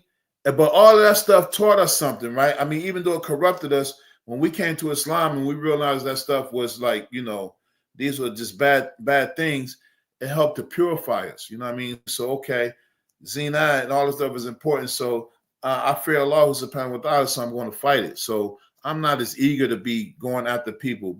And this is how you know people who, they're not who they say they are, nor who they were they that people in Jahiliyyah neither, because they don't have any understanding of the deen. So like, and I was just saying all that to say, just look at some of those flags sometimes, man, because if we do have more responsibility to start identifying these things that is just bad behavior with us. It don't have nothing to do with no celebrity Islam or celebrity imams or sheikhs. Just paying attention to people and who they are and the traumas that they are carrying with themselves. And they have unhealed things. They have a lot of dysfunction. And it doesn't go away because you talk differently and you dress differently and you cleaned your act up some way. You have to purify from inside out. And as Imam Amin mentioned, he said, whenever the signs of tasawwuf, the people who have these problems don't like to talk about this stuff. When you're talking about doing excessive dhikr, they call it bid'ah and all this stuff. These are the people these problems come from. They have these aberrations, in Islam. You be like, man, you can almost kind of identify them right away. They're not doing any adhkar, they're not sending salawat on the Prophet ﷺ on a regular basis. They barely, they call him Muhammad. They call him Muhammad, Yad Billah, those kind of things. So, but just pay attention to those flags and that stuff that you learn in Jahiliyyah, you carry it over, and then you use Islam to purify it. But you don't you lose your experiences. You don't lose your edge. Stuff about street cred and stuff like that. Don't get that stuff up. Don't fail to recognize somebody who's doing a 3-card Molly on you in Islam. You know what I'm saying? Because you think, okay, I don't gamble no more, so I'm Muslim, I don't gamble. But then the person who's look like a Muslim is doing a 3-card Molly on you in Islam, and now you act like you don't know what that is. And so then when you get played, you be trying to wonder what happened. You've seen this before. You know what I mean? You learned this before. Just because you become Muslim or people become Muslim, everybody doesn't go through a stage of purification. And even though that's the foundation to knowledge, as Allah says in the Quran, while you zakihim, while you alimuhum al-kitab wal-hikmah, and to purify them and teach them the book and the wisdom. A lot of people are coming in and they're not purifying themselves, and it's just a cover for a lot of stuff that's deeper. But when you start seeing these signs in their speech and in their actions and their movements and in their patterns, because this is another important thing about leaders, right? There may be a slip here and there, and there's something that a leader's always going to do, even if it's unfounded. I remember early on when I was being Imam, somebody told my wife that I had a whole family in Florida. And until last year, I'd never even been to Florida, right? Yeah, and I mean, and I'm like, the closest I've been to Florida is the orange juice section in the supermarket, right? Never been to Florida, but somebody was really spreading this rumor around. You know what I'm saying? And people will do that kind of stuff. And so there's accusations, and then there's slip-ups because you never saw, but then there's patterns. Then there's patterns. That's what you have to look for, patterns, you know? And then like this recent thing with this other celebrity person, they went back and seen some of these patterns now, but they were so amazed because the person recited Quran and his tajweed was nice and all this kind of stuff. Now they're going back and look, there was a pattern there that they overlooked because they were amazed with the personality. So, you know, and, you know, and this is the beautiful thing, really. I don't mind just being, we got to use the proper word. I'm going to just say an N-word, right? I don't mind being an N-word who has to take the responsibility of being an imam because, you know, none of that stuff impressed me. You know what I mean? You know, I come from an era, you know, you had to show and prove, man. Like, I don't care about what you had, you know, and if you keep talking, you're going to get it took from you. You know what I'm saying? So, but that stuff, learning in the streets and stuff, and that culture is like, you know, it trained us a lot when we came to Islam. It gave us this basira, it gave us this perception, you know, this vision that we shouldn't let it go. You know what I mean?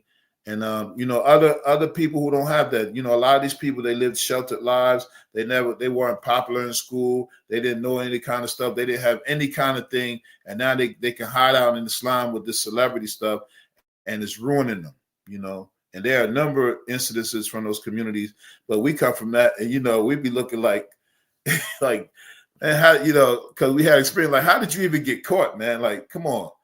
Like, the experience we had, man, you know, that's easy. You know what I mean? You don't do stuff like that. You don't go for okie dokes like that.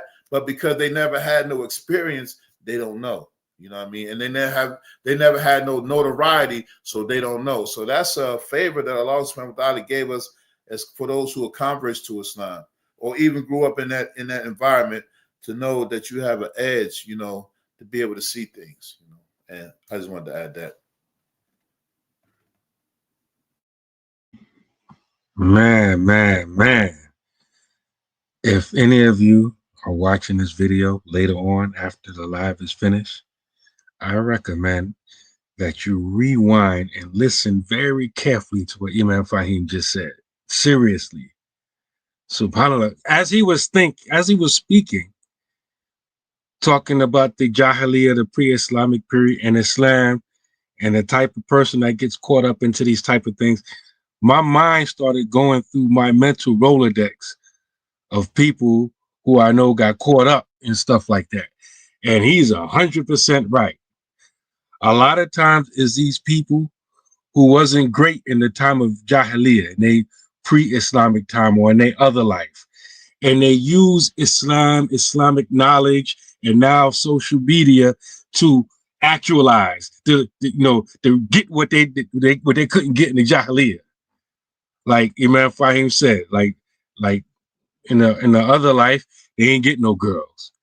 You know, they sat at the nerdy lunch table, right? You know, in school, you got the lunch table where all the popular people sit, then you got all the other tables, right?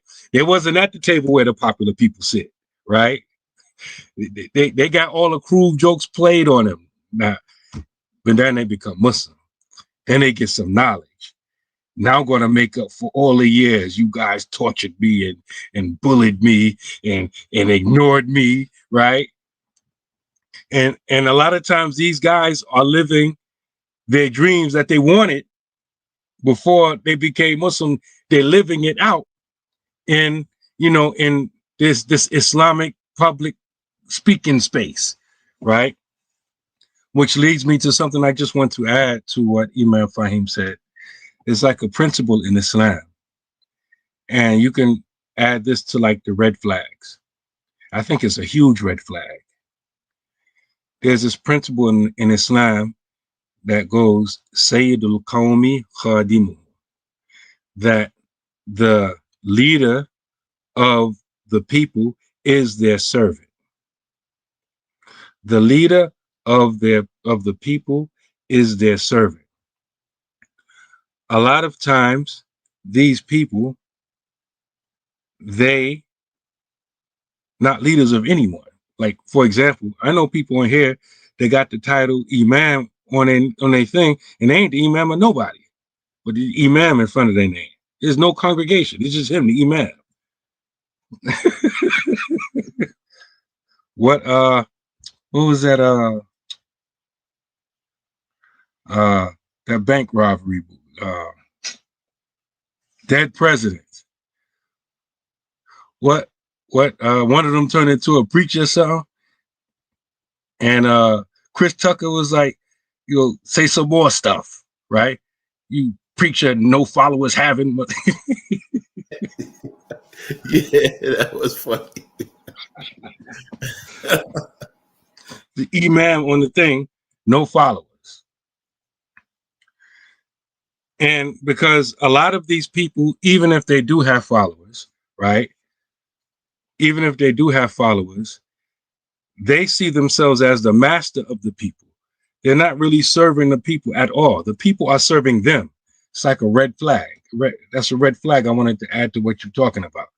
Everything is to make him more comfortable, to serve him and boost his ego up.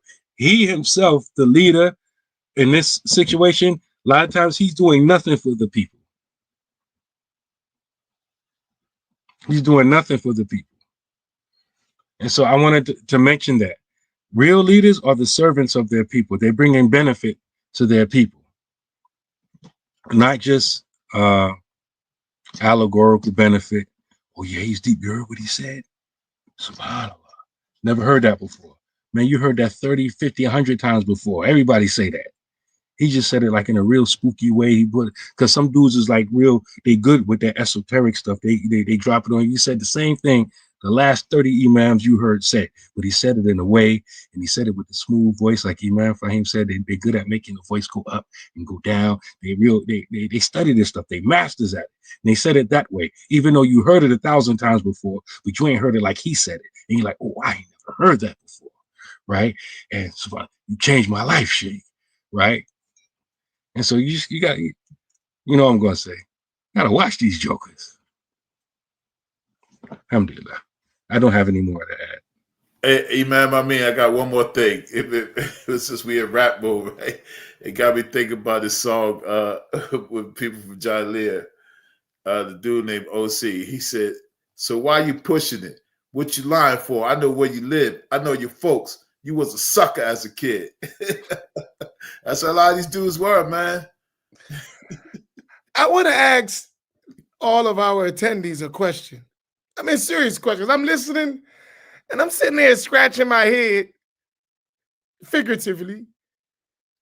Where the heck these imams at in the black community that get all this going on? I don't know a one, right? So, I mean, I hear theory, but on the ground, I don't know no black imam who ain't like, oh my goodness, right? I don't know that imam. Where's the Cadillac driving imam who got followers and they dumping his money and he's, y'all all got communities. Do y'all know imams like that? I mean, that's a question. Seriously, in the black community, do y'all know imams like that?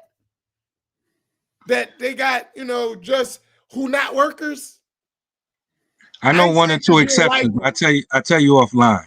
They're the exception. They're not the rule. Okay, I know a couple of exceptions. About the rule. Yeah. Like, because I don't like him. All right, you don't like him, but you ain't saying he ain't working, right? I mean, I don't see it. I mean, like, honestly, and I travel a lot. We black imams. I know a lot of black imams. I meet a lot of imams, and the story is the same for every single one of them. I mean, maybe back in the maybe back in the day when we had like charismatic Oh my goodness, help me out, Imam Genius. Charismatic. Charismatic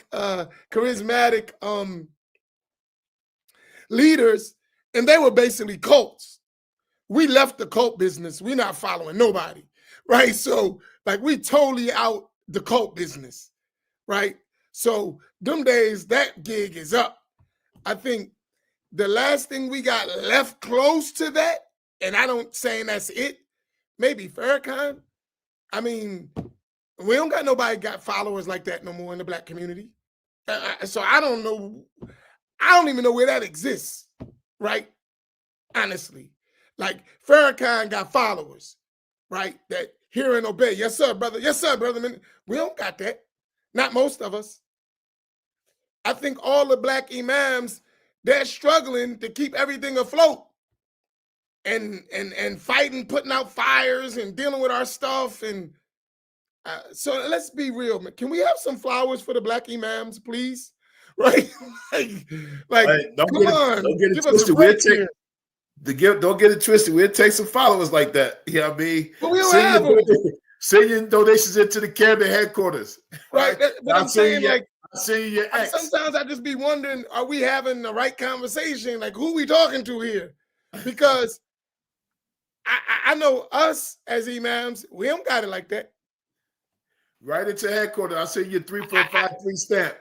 I listen, I have assistant imam came. I ain't been nowhere near no minbar since he been Barakallahu feekum. Go ahead, Ak. You want to be the Shaykh? Welcome. And I had to go to community members to make sure, yo, please grease his palms. Like, because if you don't grease his palms, I don't know how long you're going to be here. But I need that break, right? Please help out here. So I don't know these imams who's like, I got to be in charge and I want to be the man. And if he's doing that, he just don't want you to destroy the masjid, right? So he's like a gatekeeper. He really don't want to. If he got somebody to do, that's just real. Unless y'all see something different.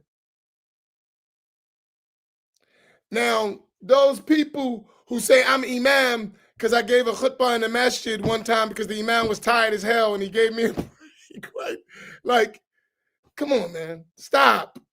I'm sorry. This whole stuff sometimes with me, when I think about it, I'm like, what kind of world they living in? Because I'm being treated unfair here if they living like that. Like, something's wrong here, drastically wrong. Because I know the kind of work we have to do as Black imams. And I meet councils of Black imams, and they all got the same story. I don't know nobody like the back in the day, we drive in a Cadillac, we go in, man, nah, bro. You got to use your own money to keep the masjid going. Ain't nobody giving you no money. You better figure out how to keep the masjid running, how to keep things growing, how to get programs. That's the Black imam I know. He don't got to just go lead the prayer, recite some Quran, read a little Riyadh al-Salihin and Khalas and collect his check. That ain't the Black imam. He got to go clean the bathroom. He got to go do the walls. He got to do the maintenance. He got to go. That's the Black imam I know. Do y'all know a different Black imam? I mean, because maybe we missing something. I don't know. Like, but really, like, support your Black imams. Really. And I say it without an apology. Support your Black imams. Because if we don't support our Black imams, there won't be too many future Black imams. And that's why a lot of our Black masjids are being taken over by others, because we don't support our Black imams. But we will talk about them, but we won't support them like they should be supported, especially those who's given their time and their families and everything and sacrifice for our communities. Listen, because I'll put our workload to any imam in any other community. The work that the Black imams that I know have to do, for free. They're not getting a salary. All them celebrity imams, they don't do what we do.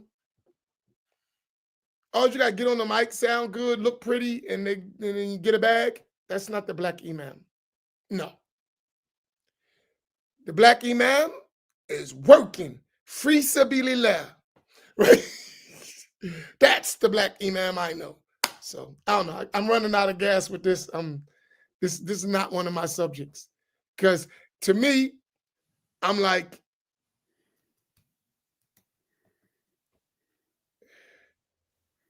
that the guy who's abusing, he probably was getting 70,000 a year, 100,000 a year, and doing all that abuse. And the one who is working, sacrificing, taking care of orphans, taking care of widows, taking care of single mothers, taking care of houses, paying electric bills, paying gas bills, paying rent that's behind 3, 4, 5 months, who's doing all that, he getting the blues. Who's really working on the ground, feeding the community, helping dudes who's staying out of jail, getting in trouble, doing all the stuff, going to see the kids' games because their parents don't go, working on taking kids, mentoring because they don't got no dad. That's the black imam. Doing community work, standing up for justice. That's the black imam. That's the real imam. That's the imams we've always known in our communities that do a lot and don't get their flowers. And we find ways to make them do more.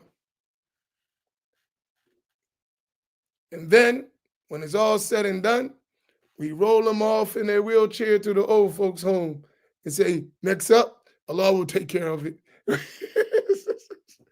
May Allah help us and improve that situation till we honor these great imams, these great leaders. I know, that's just what they say. Don't worry about no flowers. You'll get it in Jannah, but let me get my flowers now. Right?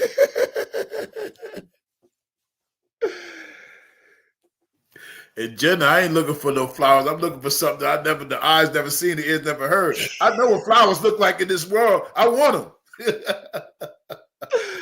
Allahu Akbar.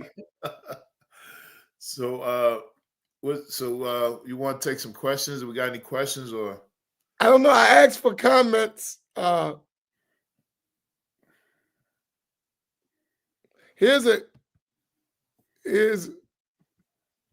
what, in 100 years, none of us will be here.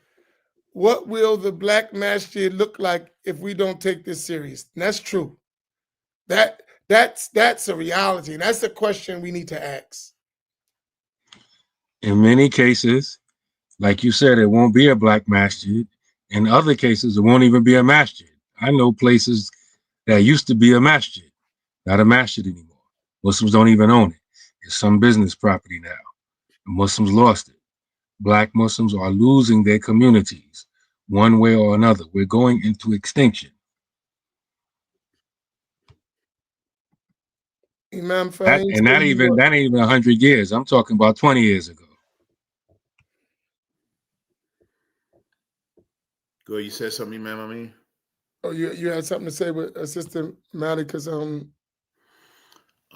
yeah. I mean, we getting all these indicators right now that we don't really work, and this is just one piece of the puzzle. Because I was watching the clip from Dr. Abdullah, and like I said, I went in the comments section. The video was there, but I went to click it on. It was a Jumu'ah khutbah, but I think it was taken down. So I would have been interested to see who the audience that he was talking to, and I would be willing to bet that it wasn't us. I would be willing to bet that it wasn't us that he was talking to. I mean, it's probably people who are really impacted by these celebrity people. And you brought up a good point, Imam. I mean, is that these people are already in pocket with financial support and status, and they're still doing this stuff. You know what I'm saying? And that makes it even worse, because you don't have to. You got money where you can, you don't have to worry about it. Just imagine if one of us, we got $100K a year for being an imam, and you already know what we're thinking about taking part of that to put back in the community, already. You know what I'm saying? And that's something that people don't realize. yeah.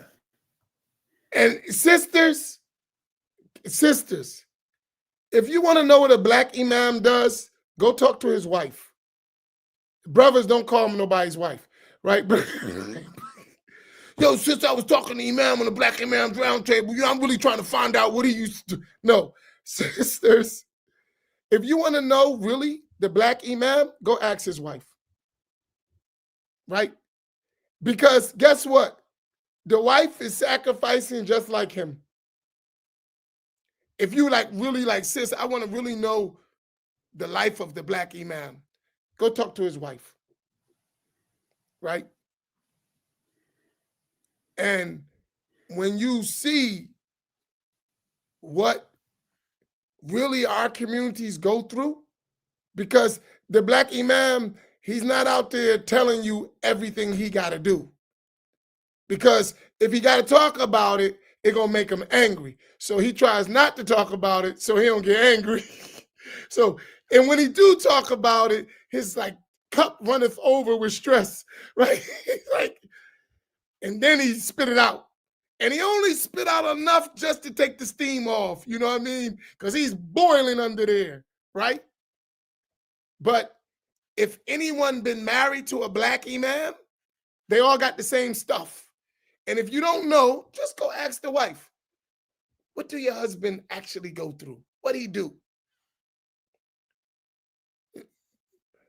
Make sure you got your helmet because she's going to really beat you in the head. I was going to say, I'm telling you right now, don't ask my wife because she don't want to talk about it. She about ready to kick me out. So she ain't going to give you the details. She's tired of talking about it. It's been going on for so long, and when are people going to really understand,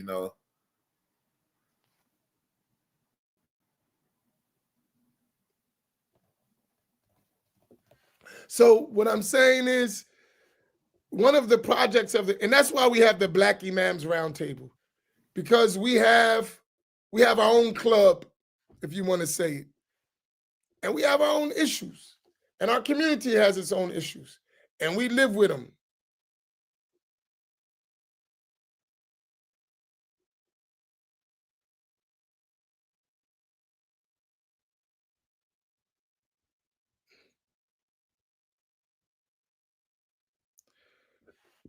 So, may Allah make it easy.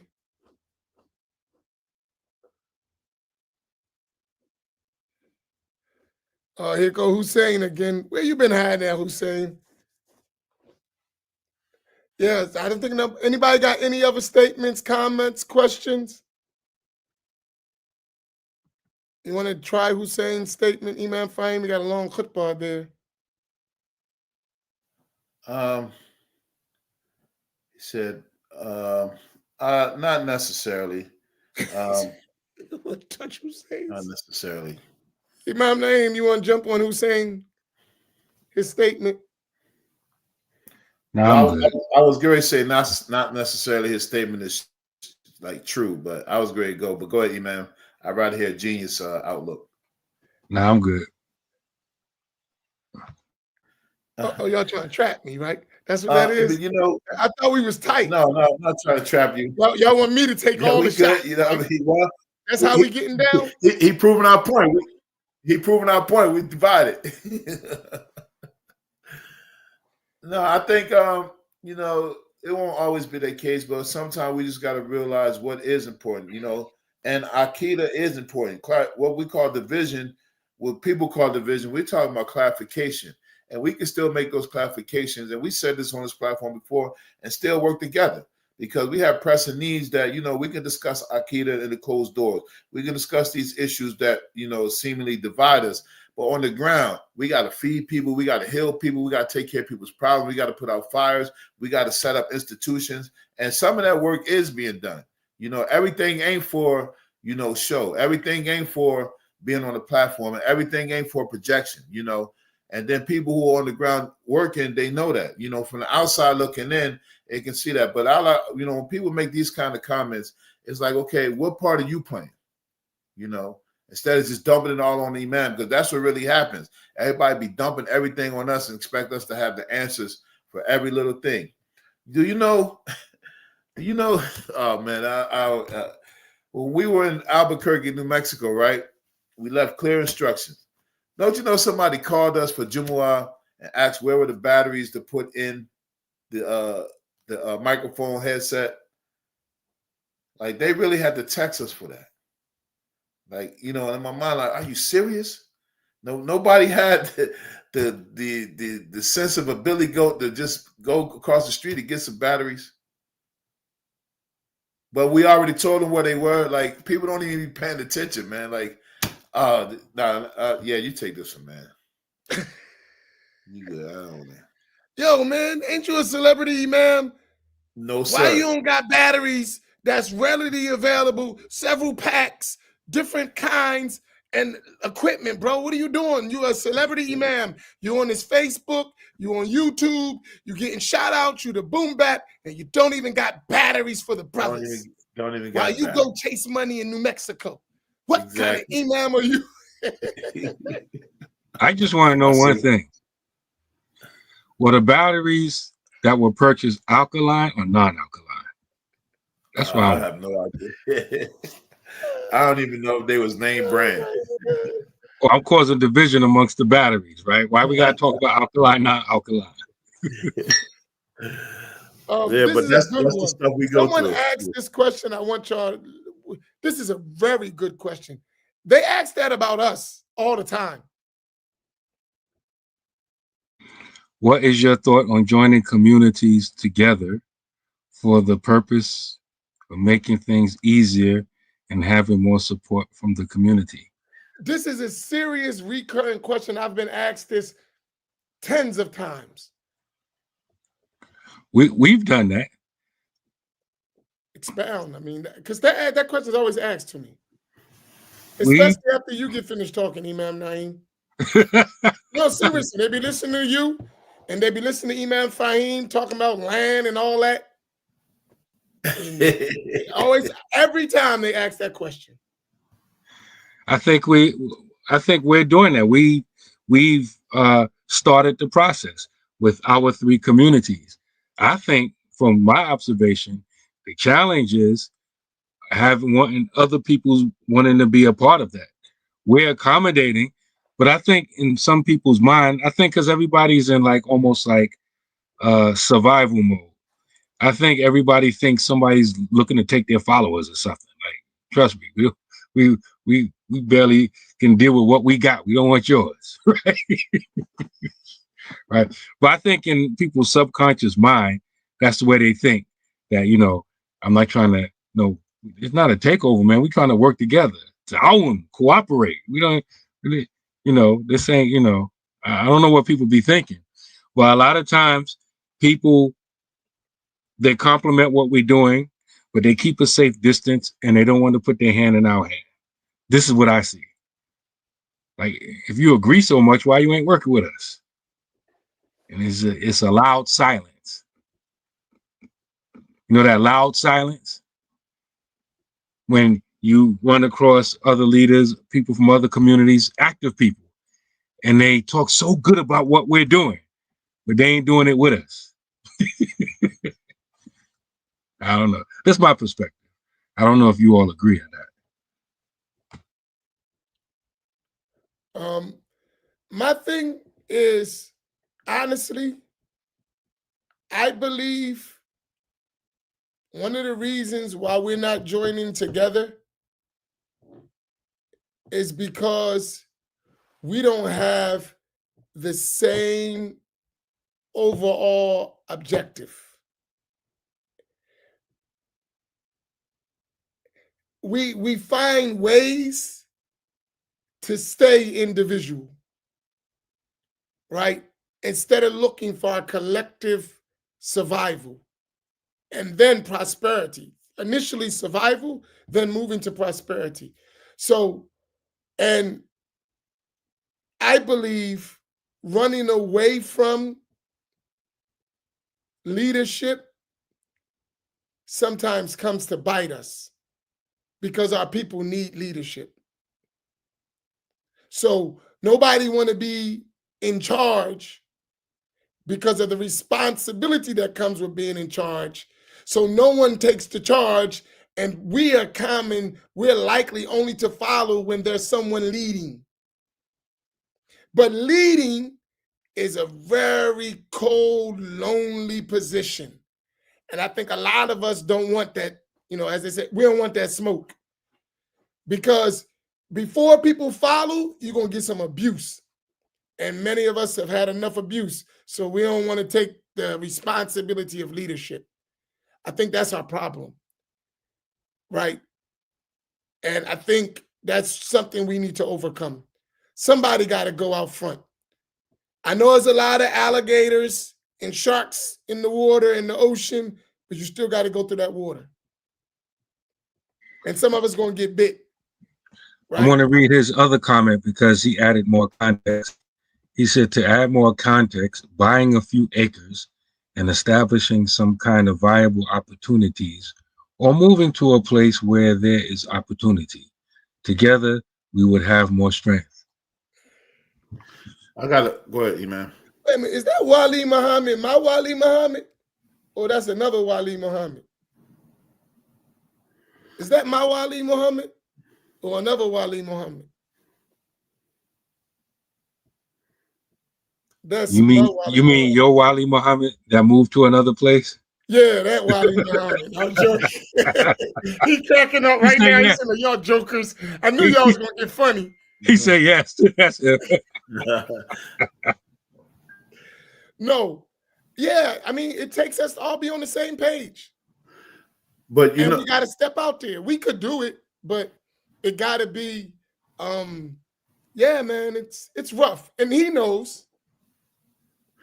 And I would tell you how. Hey, can I tell a Wali Muhammad story if he permit? Wali, can I tell the story where I'll tell it in the best way where you realize what we was dealing with? I promise to tell it in the best way. If you allow me, because it was funny. But I'll tell you in a nice way. Do you accept? Go ahead. Okay, he said, go ahead. Go ahead, Imam Faheem. I'm going to tell the story. You're going to get a kick out of this. Okay, because the last thing he's saying, like, it would just seem that that's really easy. Like, okay, we can put some land together, right? But before that, you know what it would take? Us putting a pot together, right? And guess how difficult that is? You hear us on here every week, every week for $10. And all we had to do was just let our egos go and be like, okay. And this is something that we working on behind the scenes where we're putting something great together. And if we could just do that, we could accomplish a lot. We forget all of the other stuff. And then the interim, while we come up with all these ideas, what worked, what doesn't work, who should do it, who should be in charge, a pot could be growing. Similar to what we're doing here. Now, just imagine, that's funny, isn't it? No, I was laughing at Wally. No, but that is kind of funny because if we were to put to all the people who would do that, you know how much opposition we would get first? Just this and that, we got that, who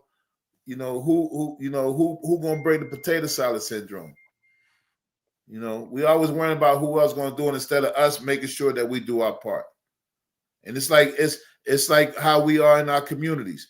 When we ask people to give for Allah, the Masjid needs this or that, we weren't about, who did anybody else give money, or this is the inward stuff that we impacted with. People, you tell them, listen, don't forget to give sadaqah, we got such and such. And if they see 2 or 3 people putting some money in the box, they think it's covered. And then they want to take you to task about the little $100 or $200 that we collected. That's already spent before you even get it, because they're, the little things, that's the kind of stuff we be dealing with as communities, man. And that's the kind of stuff that we don't want to talk about in the public forum. But my Imam said, no, I'm not lying.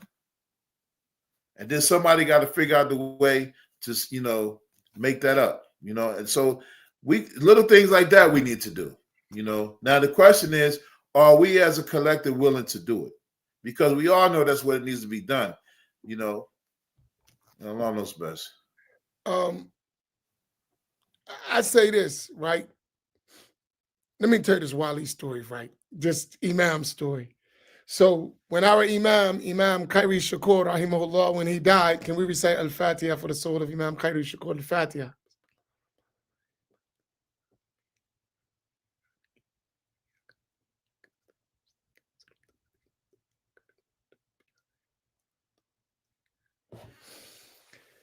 So we were left with the community. He had been the Imam for 30 years, right? And we were always on the Imam staff, but we used to just mind our business, learning the knowledge, studying. We wasn't involved with the running of the masjid. We would come, teach class, learn, study, and we wasn't, the rest of that stuff we had nothing to do with. But when he passed, rahimahullah, we were forced into the position of leadership, right? And which means now we're responsible. And so we worked it out. And there was a lot of struggles in the beginning of, who they want to be the imam and who. And both of us were trying not to be the imam. I'll help you. You do it. I'll support you. No, you do it, and I'll support you. That was what was going on. So, like sometimes people that don't know, they be like, "Oh, he wanted to be in charge." I said, "You don't know what happened. We was struggling. Who gonna be the imam? Like, nah, you do it. Don't worry. Whatever you need, I got you covered. Nah. You better for that. I'll help you." That was going on. So finally, anyway, I end up being the imam. He's assistant with me.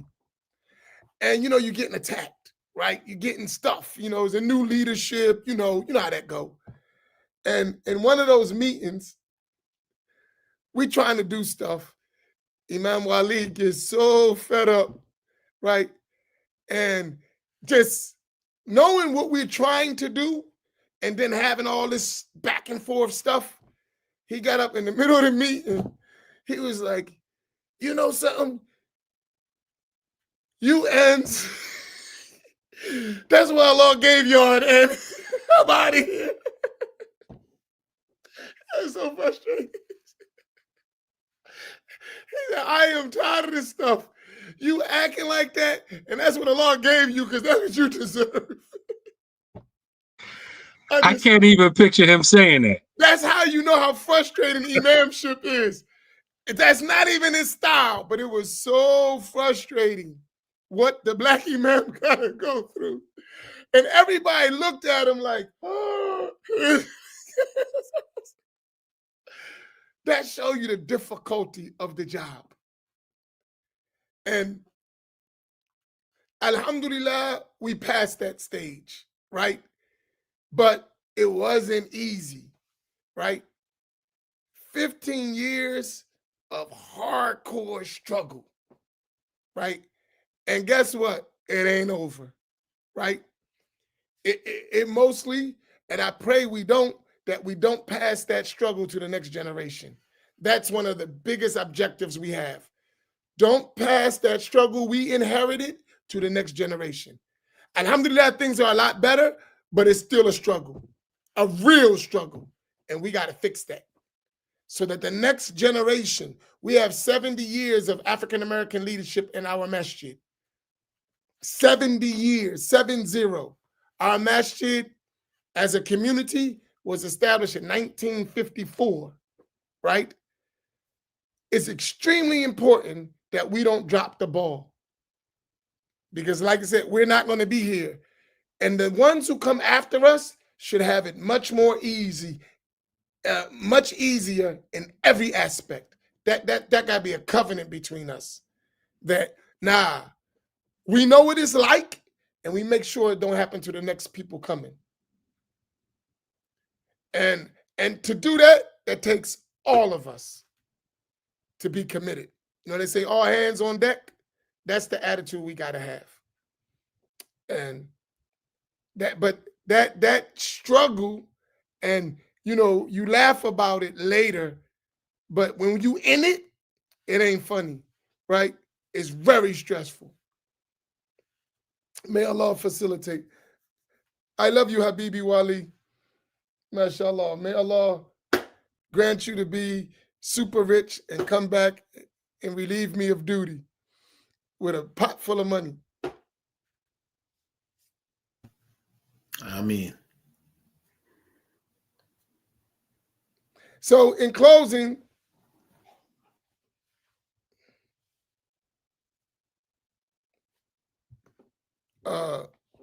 let's close out. We good. We did our 2-hour mark. How we do with Any other questions, statements?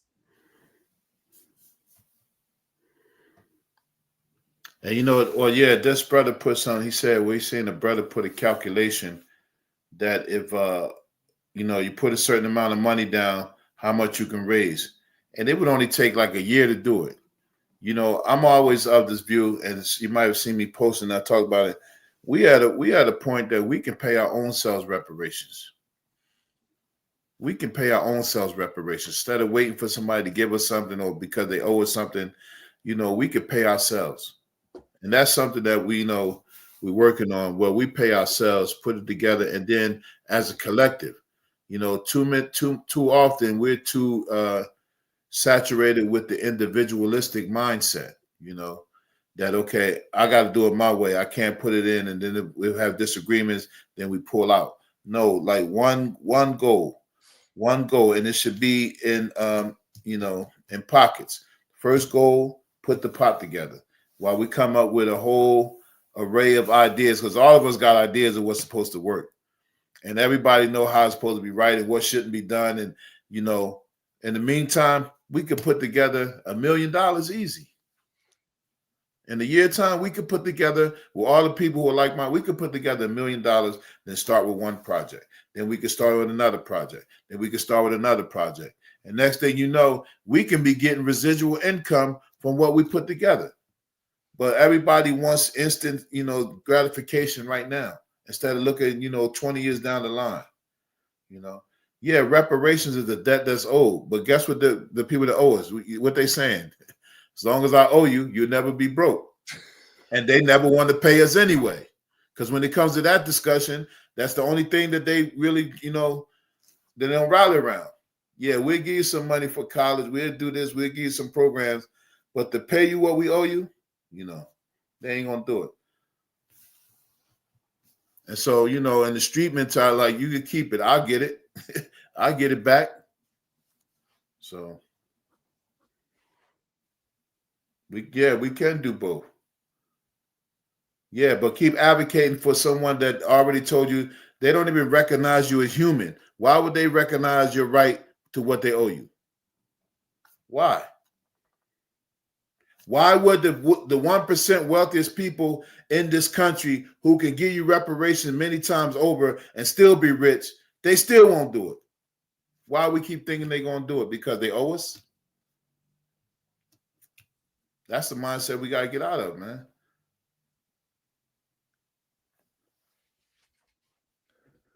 Bilal, you want to come and defend your 20 to 30 trillion dollar debt? We don't need that much. We just need like 10,000, right? I think we could come up with that ourselves, right? Yeah, well, we can discuss that because I'm not going another hour. Yeah. No, I think honestly, we need to do both. But I think we need to prioritize what is the low-hanging fruit.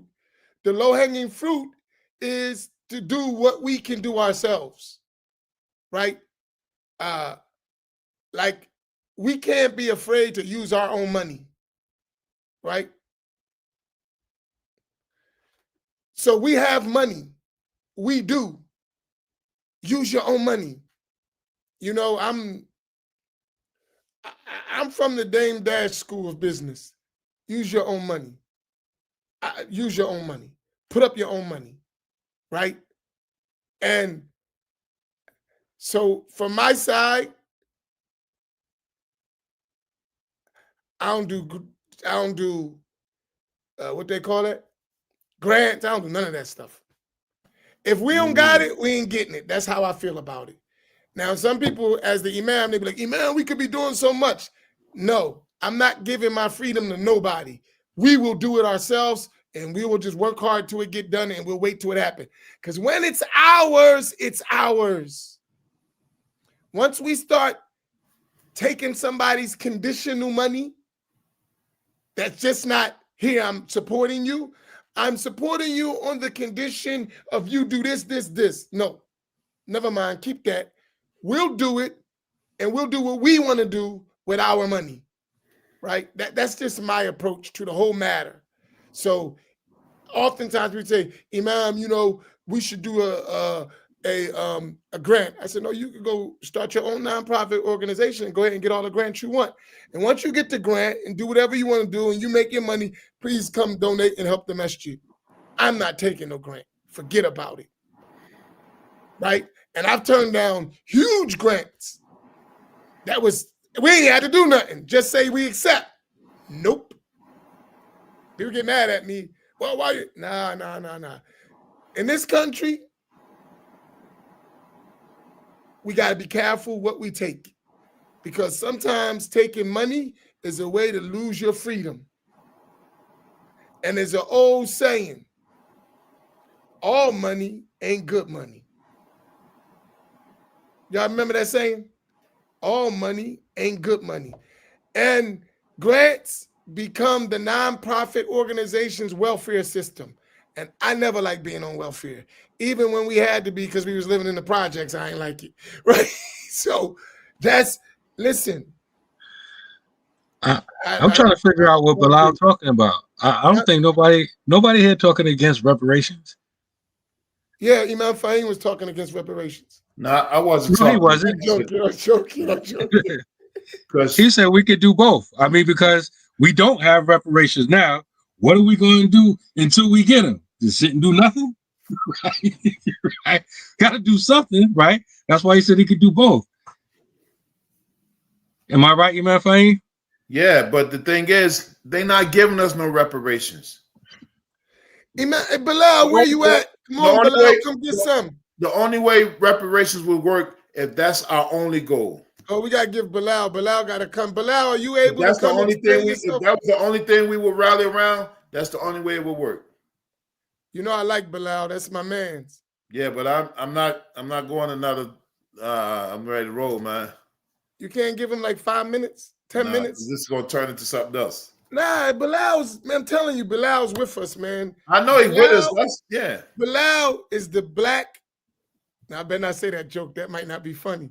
They might not like that with all the election. Some stuff is right. I got in trouble for cracking election jokes, so I'm not going to go there. Hey, Bilal, here's your link. Come on, join us, Bilal. We want to hear you. No, I'm telling you, we have a lot of resources around us, and we need to become family and really discuss, because we got a lot of people who know stuff, and they can help us out. And they want to help, and they want to do. And we just, got to hear them out,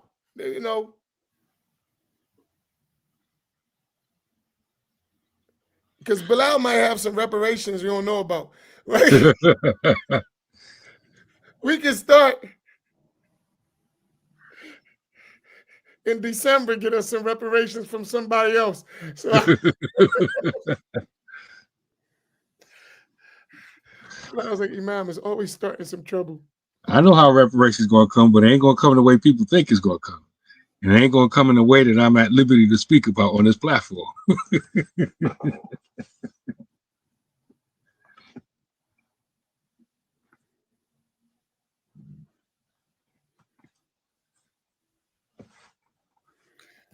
Yeah. Hold on, he's coming. Just 1 second if you got it. Bilal, here you go. Here's the link. He got to do his makeup and put on his stuff, powder his face. You be ready to go. Please, I say this with this platform. Keep this platform genuine, right? Be us. It's okay. It's not haram. And if we learn to be us and we learn each other, we'll trust each other and we'll get the job done. But if we all faking, everybody got on a mask, we can forget about it. So let's keep the Black Imams Roundtable original, raw, African American. Everyone's welcome, but this our show, right? This our show. This our platform, and we are part of the Ummah. But this is how we connect, because we can't always physically connect. Don't let that go. All right, Bilal, go ahead, do your thing, man. Because we can't always physically connect. Man, I know you ain't come over here with no bonnet on. So they go. Well, My only issue with what Imam Faheem was saying. Hold on. You know what? I got some echo. Hold on.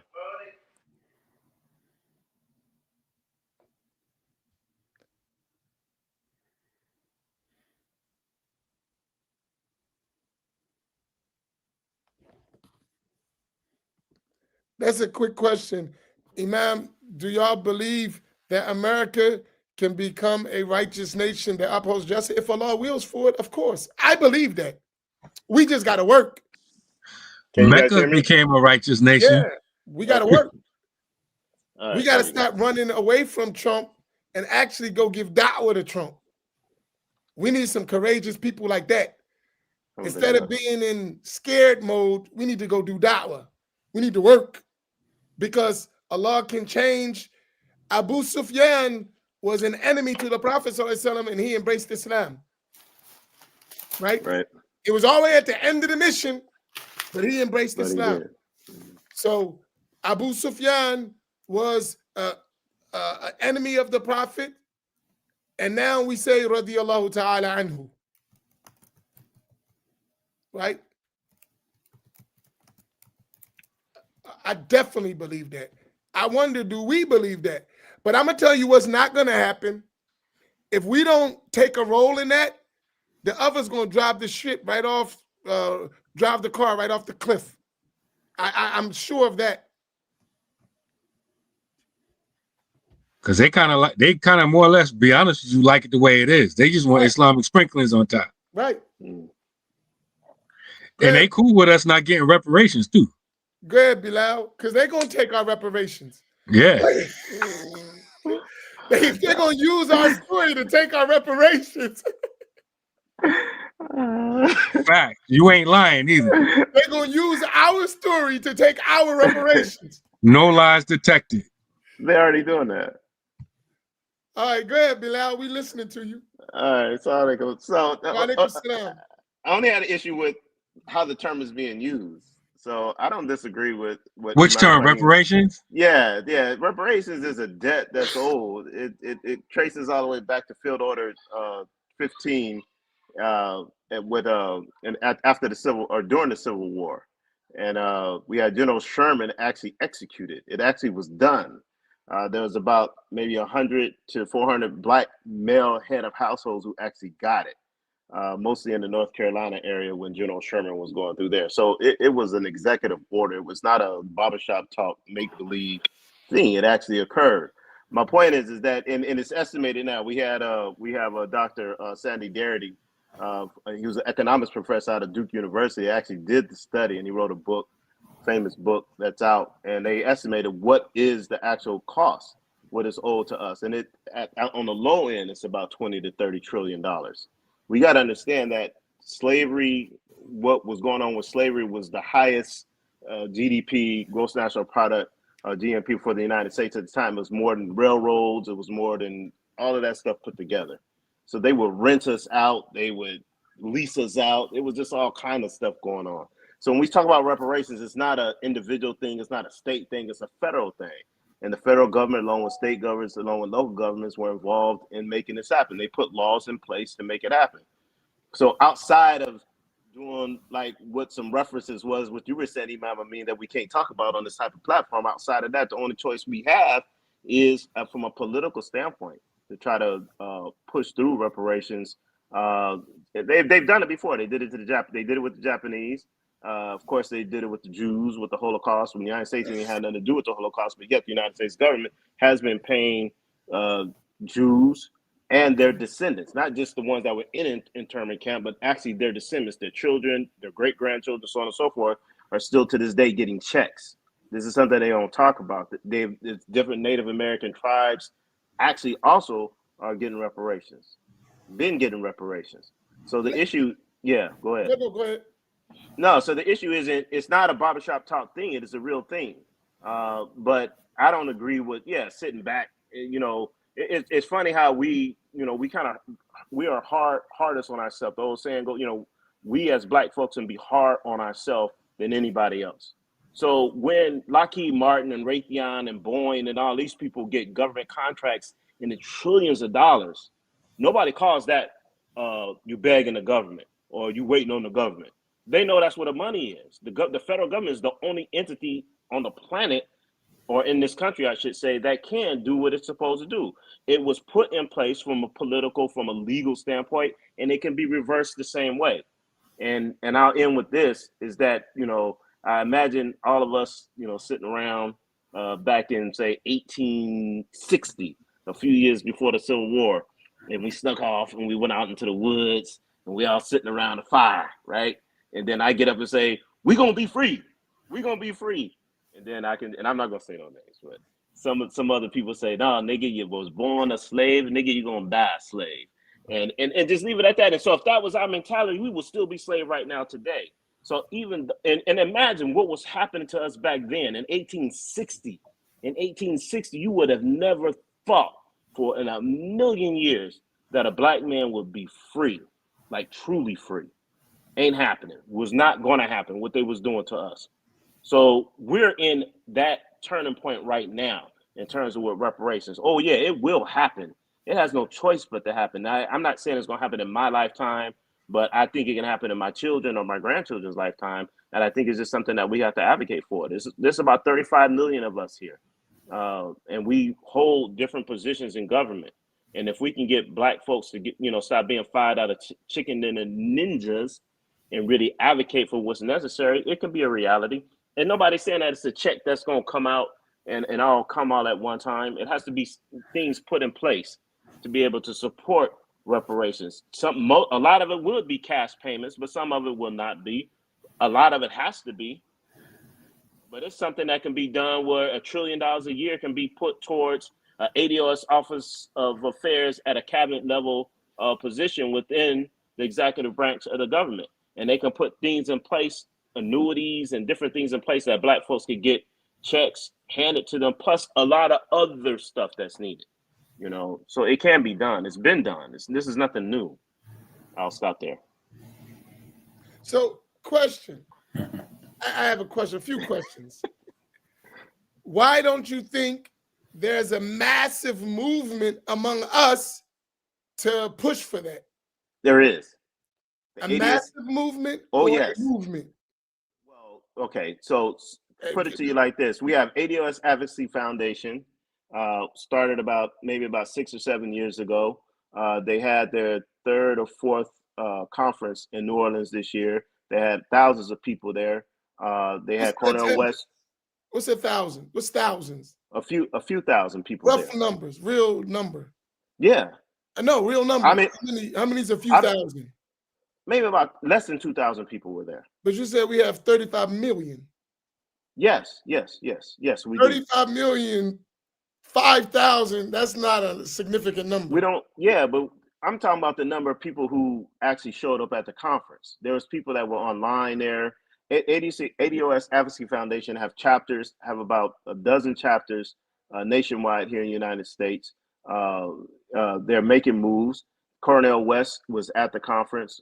We had Marianne Williamson was there a couple of years ago, who actually brought the whole idea, the topic of reparations up at the Democratic debates. That was 2016. It was, yeah. But here's my question, right? You mentioned 35 million, right? Yes. If we looked at the presidential election, just to get a little political, Jill Stein had hundreds of thousands people vote for her, but she didn't even get 1% of the vote. My point is, that's hundreds of thousands. And she didn't even get, so that means she's going to be insignificant. If we're talking about pushing for reparations and we don't got millions of people pushing, it's going to be insignificant on the federal level. I think when we look at the So what do we do? My question is, what do we do to get those millions? Well, we have to keep pushing. We got to keep fighting. Right now, when they do the surveys, they've done scientific surveys that show that maybe about 4 years ago, it started to shift in terms of that the majority of Black folks, probably upwards of close to more than 70% of Black folks right now in the United States, feel that reparations is due.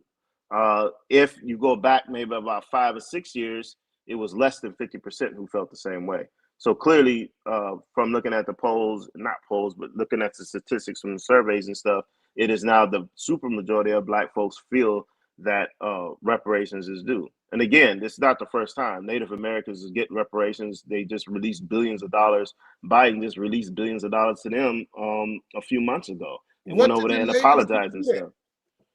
They kept fighting. One of the problems that we have is the same problem that we have on a micro level with the Black Muslim imams. We have that same problem on a macro level with Black folks in general. I mean, we've gotten decimated, man. With they blew Malcolm X, blew his face off, blew his chest off, blew Martin Luther King's face off. I mean, people got scared, man. So after Martin Luther King got it, people just went into hiding, man. Literally went into hiding and stopped advocating for us. And then you got this misleadership class that inserted themselves in there, and they just ain't been doing nothing. They haven't been doing nothing. I call them $5 chicken dinner ninjas. And these people need to get removed, and people need to be put in there that will advocate for us in the right way. And they don't have to be necessarily Black. They can be anybody, because there's a few white folks who have come up in there and have actually advocated that reparations is due. So it's not nothing new. It's just do we have the will, and do Black folks have the will to struggle and see it through? It's not going to be a next year thing. It will take maybe a decade, but or more. But it's something that has to be done.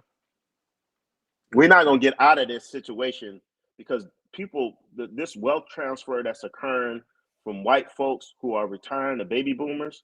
This is the largest wealth transfer that's happening from one generation to the other. And it's just getting bigger. And we're not going to catch up with that by we're going to work hard, or we're going to save up our money and just get it. I'm talking about as a collective. From an individual standpoint, or for a community standpoint, we have to do what we have to do, because like I agree with Imam Faheem was saying, we can't wait. You can't sit back and wait. We got to do what we got to do now. But that's not reparations, though. That's my point. That's not reparations. That's we doing what we got to do to survive, like we've always done since Reconstruction. Y'all have any questions? I got more from Yeah, it's getting late. I know. I brought him in here for a reason, man. Frame. I always got an agenda. I'm gonna put him in the hot seat. Put it to him. I finished with him. We won't be smiling. That was joking. We have to do this for next week, I think, man. Because it's a lot of stuff to unpack. All right, but my question is this to you, quick. What do you think that we need to do prior to reparations among ourselves as Black Muslims to move us forward without reparations, with our own resources? I'll say it like this. I think that we need to organize, we need to unify, and we need to have respect for leadership. That's key. And without those three things, ain't nothing gonna happen. Number two, I think that we need to understand that when we talk about reparations, that it is a federal issue. It's not a local, it's not a state issue, because the federal or the local government can't give us what our inheritance is. Literally, this is our inheritance. So I'm not gonna give up my inheritance. I don't care what nobody say. Right. Me working and busting my butt for my family and for my kids and for my grandkids and all that, and for the Muslim community in which I'm in and supporting and doing all that, that ain't reparations. That's just me doing what I'm supposed to do as an individual on a personal level. We all have to take personal responsibility, but that's not reparations. Regardless if I get reparations or not, I still have to do that as a Muslim. I still have to do that. So what does that look like, organizing and you said another word, and then you said respect and leadership. What does that look like to you? How do we do that? What are we not doing that we should be doing to achieve that? I think what we're doing with the 3543 family is part of organizing. I think that needs to be done. I think it needs to be scaled up. I think that's perfect. I think in terms of, and that along with education helps us to organize. I think that in terms of having respect for leadership, I mean, there's many Bert sessions that we had was talking about the type of leadership for our community, right? About the different modes, right? You talk about how you have the board and the Imam is just an employee of the board, and then you have this, and I think we need to recognize what type of leadership works for us, which I agree with you and what you were saying. We need to have that strong individual brother that come in there and can be able to do it, but he needs to be supported. He shouldn't have to work. He should be paid $100,000 a year. He should have. Record that. Yeah. He hey, should minimum. Yeah. I knew there was a reason I liked you, brother. We don't have a rewind button. Could you repeat that again, please? Yeah, I mean, that's ridiculous. It's ridiculous. Why the three of you should not be making at least $130,000 to $140,000 a year. Y'all should have a full-time staff, at least 2 or 3 full-time people, with 1 or 2 assistant imams, because I need y'all to be free so that you can be able to take this and be able to go all across the country and do what y'all doing. That's what I need, and we can do that. We don't, and that's us putting our pennies together and our dollars together. We can do that. We don't. I mean, that's not reparations though, but we can do that. We don't gotta wait for reparations. No, absolutely not. That's our personal responsibility in terms of what we got to do, and that's not reparations is what I'm saying. That's personal responsibility. Reparations is totally something to me. Not to me, but even to the ADOS Advocacy Foundation and to Dr. Sandy Darity out of Duke University. That's something else. But we all have personal responsibility. But that ain't what I just quoted. What you guys are describing is not reparations. Right. That's not. And I don't. The reason why I'm harping in on that is because you got situations like the reparations bill that passed that didn't pass in California, and then you had a situation that happened out in Illinois, and you know they keep calling it reparations. It's not. You know. Hey, reparations. So now we had the idea you put out. How do we achieve that? I think we need to organize, man. We need to get together and start. I'm talking about that Black Imam picture you made. I like that. That sounds real good. I just want to know how we're gonna do it. We can do it. There's enough money, brothers pitching in. Like, you know, it disappoints me in terms of, you know, the $500 that we try to get every week. It disappoints me. And I do what I can do, and I know Sister Malika does what she can do, and I know others, of course. But it shouldn't, you know, we should be $2,000-3,000 every week. Honestly, I think we can do that. I think we can do it, but I don't think. I just think we need to think about how we're marketing ourselves in terms of letting other people know. Can I share something with you to show you? You know. I grew up in the Ansar Allah community. You heard of that before? Yes, sir. In Brooklyn. Yes, Imam. Yep. We used to make one man, we would give $700 a week. One man. One man. And when we came out of that, me and my partner, we used to do the numbers. And at one time, we was up across the country to 300 peddlers on the street. Wow. Right? So we did those numbers and we was thinking about it.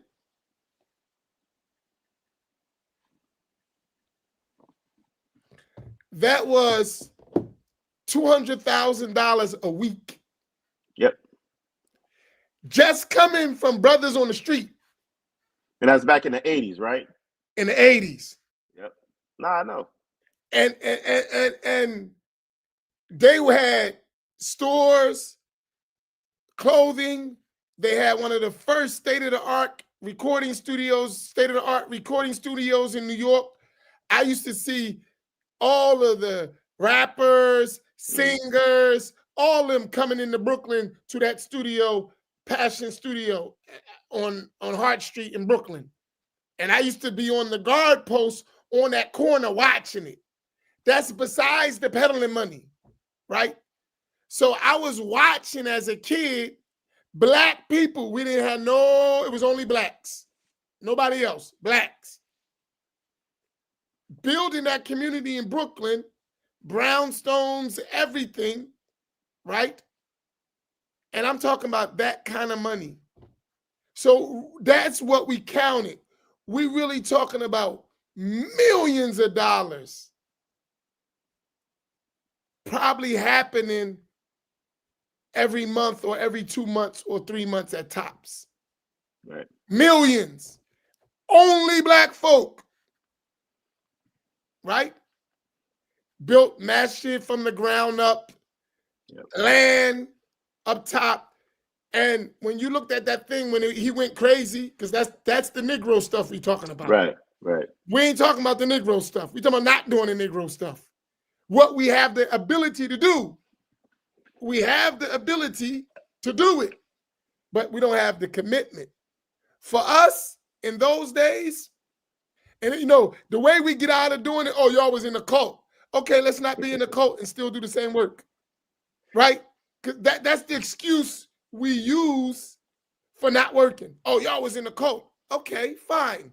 Let's not be in a cult. We learn the Sunnah now. We on Quran and Sunnah. We got scholarship and we got all these PhDs and master's degrees and all this businessmen, and we ain't in no cult. Why we can't do what the cult people are doing? Right. And we got more resources.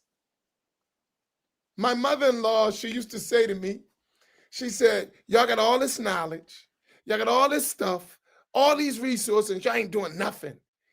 In our day, we didn't have nothing, and we did much more than y'all. We built schools, we had our restaurants, we had our clothing, and that was a thing in the black community.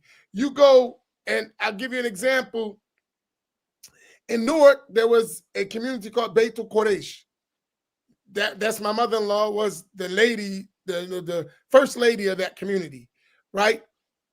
And they was in the house that I used to live in, and Sheikh Kamil, rahimahullah, he was like, just bring, there was a couple families.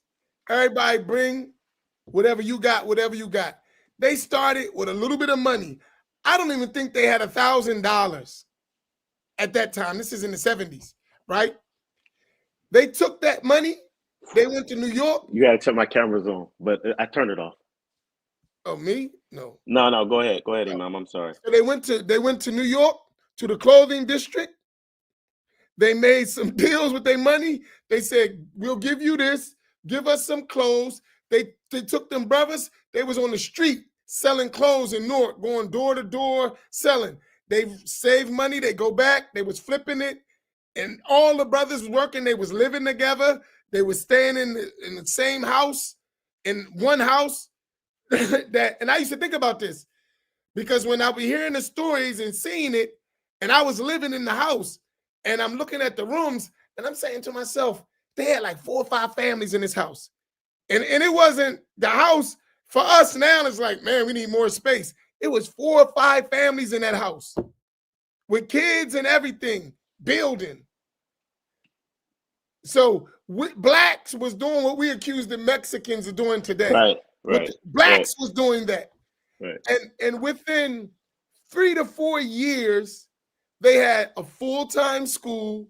They had barracks for the brothers, houses for the sisters, business, about 10 trucks. They were selling stuff in Philadelphia, in Ohio. They was rolling, right? So we used to have that mentality. But you know what? They had one purpose. They was on black time, right?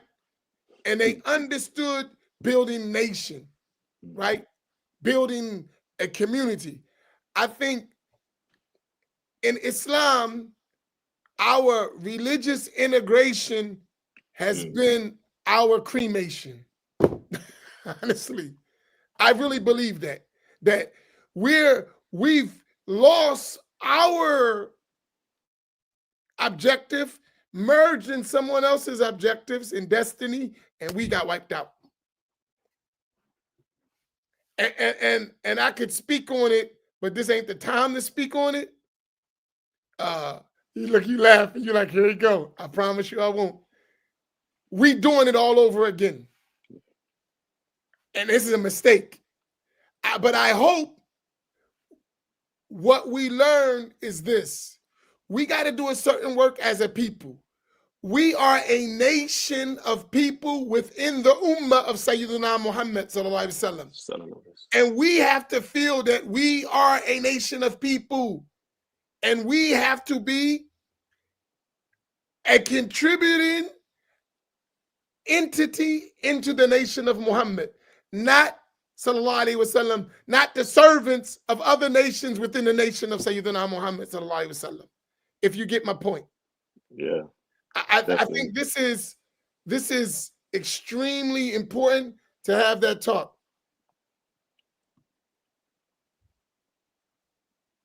Agreed. Right. So, but now it goes back to us being really committed, like you said, because most of us like the sound of the music, but we don't want to play for the DJ. Music nice, but I ain't paying for the DJ. Now you got to pay for the DJ. He's going to play the music.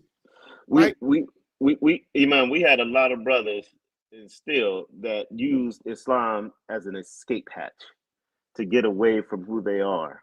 And this is what we're experiencing. So a lot of the brothers, like I remember you guys were talking, I think Imam Naeem used to talk about it. All of y'all had mentioned it, but for whatever reason, Imam Amin's just sticking out.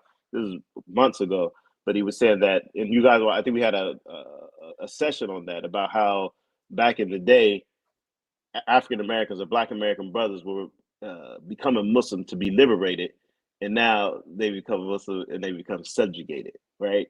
And it's a trip, you know, how that whole situation is going. And so that's what's happening. That's the problem. We should be able to be hitting, you know, $2,500 a week, maybe close to $5,000 a week, and that's just average. That's just average. That's exactly what Bert should be doing every Tuesday. And I think we can get there, but it's just, you know, we just need to keep pushing. And somebody always asks, what are we doing? And that's the leadership thing. We work every day. All you got to do is come visit. Like, you see what we do, right? And you engage. You see we come. See, like, we've been out there with you. We try to work. You see what you've been to us. We mix so we can have that conversation. You get to see, hey, guess what? He's not a fraud. Man, I'm holding the word back so bad that I want to say, but I'm leaving it out. Y'all know my word. I'm not going to say it. I'm just saying. Like, Imam Siraj said something to me, right? And when he said it to me at one of the African-American Islamic summits, I never forget it. He said, Imam, when they do it, it's called fundraising. When we do it, it's called begging. He said, we have to change that in the mind of our people. When others do it, they're having a fundraiser. They're fundraising. When we do it, oh, that Negro begging. We got to change that mindset. And then we wonder how they building what they did because they was fundraising. And we not building because you think we begging. So we don't build. They build by fundraising the same thing and asking for much more. We had a fundraiser the other day, and the leader of that fundraiser, he started it at $500. And he was afraid to ask for more than $500 from the people. He said it. He said, I can't ask for more than $500. That's too much. Have you ever been to a fundraiser where they start at $500? Never. Right? Never. So we're talking about $10. And people act like we asking you for money. $10? I'm saying that's a mentality. And then they would try to make you feel like you shouldn't push us to do more, right? One time we went to Chicago. You ever heard of the Mecca Center in Chicago? I think so. It's a masjid. I've heard about it. Heard Yeah, I've heard about it. We did a fundraiser there. One of their fundraisers. They raised, I think it was like almost 11 million for that place. We watched them in one night. In 30 minutes, raised $3 million. Not pledges. $3 million in a half an hour.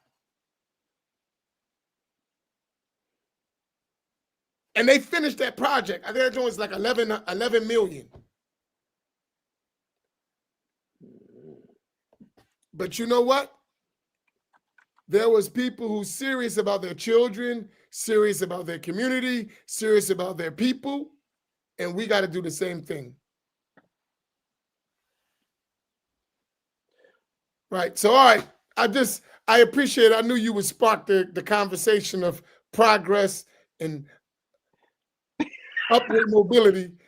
But since you have that, I wanted to say it in front of everybody. So when I put you to work, right? Nah, I'm ready. Everybody knew. Hey, that was the guy talking all the junk. Yeah, that's him. Yeah, This one. yeah, nah, Because I'm ready to work. I believe in the old saying they used to tell us in the Ansars, a closed mouth don't get fed. The squeaky wheel get the oil, and shy guys go hungry. So hit that train and be brave, right? And you used to see us on the train, right? Imam Naeem, did we look shy? Nope, I almost took Shahada with you guys. Gotta watch your jokers. Looking all Muslim and that, Sudanese stoves, oils, and incense, and all kind of stuff. But you know something? We ain't lose that. I still got the spirit. I just don't got the bad aqidah. But I got the spirit. And even at my age, I'm willing to work hard like we was when I was a teenager. If we could just get more people to want to work hard. I still have the spirit. I don't probably got the energy, but I got the spirit. You know? So may Allah give us tawfiq to get it done. Go ahead. Imam, don't forget about December 28th. You're in Chicago. Was that a soft plug? Just go ahead and make your plug. Brother, I said, don't you forget. I said, don't you forget about Chicago. You in Chicago on December 28th. That's all I'm saying. Bro, I'm from the streets. I know game when I see it. Go ahead, just make your plug, bro. Make your plug. All right, so do you got your link? Do you got anything? If somebody could, man, I'm not good with this stuff, but I'll Where's your staff? You got a big staff. Yeah, where's your staff? They're supposed to move. Yeah, they don't know I'm on this though. Maybe Jaffer is there, but Jaffer, can you put that on the in the chat, please? Or Malika, I know Jaffer's online. I didn't see Malika, but yeah, you got a nice flyer, brother. You looking good on the picture. Yeah, y'all disrespect me. I'm glad you fixed that. I was getting ready to say something. You know what I'm talking about, right? No, I don't know what What are you talking about? I'm looking at your picture right now. Which one? NASCON, December 28th in Chicago. Yeah, you ain't Manna. See the error on the flyer, the original one? No, they fixed it. You know they fixed it, right? I didn't know what was wrong with it. All I know is immediately I got something that came back that said corrected. Right. And I was like, oh, okay. They tried to make me Pakistani or something. Oh. My name ain't Muhammad Amin, right? Oh shoot. But Abdullah. But man, I hope you and brother Imam Amin, man, y'all need to come, man. We need to. This is a launch. You know, this is a launch. This isn't the end all. You know, we're trying to work with Manna and make this thing come up. All right, so y'all gonna get some bread to bring the brothers? I don't know about that one. Oh, here we go. See, I told y'all, Shy. Man, Man, look here. Dealing with these brothers, I'm gonna be just straight with you. Dealing with these brothers, man, they come and they push us, and then when we get it and start getting people, to come, then they start, well, we trying to do this. Well, we try to, and this is from the other community. So I'm at this point, I'm just like, I'm doing this event because I reached out and we got Mana involved, and they really are taking the lead on making everything go through. But man, I'm really frustrated right now. Really frustrated right now. And I don't think that lying is just that don't be coming up to me and saying this, and then when we get everybody lined up, and then try to say, oh, by the way, brother Bilal, we can't get this. I'm like, come on, man. Hey, man, Faheem, that sound like the reparations. Exactly. So I was like, man, That's exactly how it's gonna go. Oh my God, crazy. So I'm like, from here on out, I'm like, we got y'all, we got you, we got the other brothers and sisters coming, and they, I don't know what they're doing. I don't know what they're doing, to be honest. I don't know what they're doing. Hey, you know something? May Allah use us as vehicles to fix that problem. Inshallah. And I hope that, to put a little bars in my my rap game, I hope you realize I don't come to dance because I got a gun in my pants. So I hope you ain't thinking you're gonna get Bojangles, because I ain't coming to Bojangles. I would not even been pushing you to be there if I thought we was gonna get something different. I want to get everybody there, but Assalamu alaikum rahmatullah. I'm so glad to be here. Sorry, that's not gonna happen. We're just having fun, man. All right. May Allah, where the link is not there, Ja'far. I don't see a link.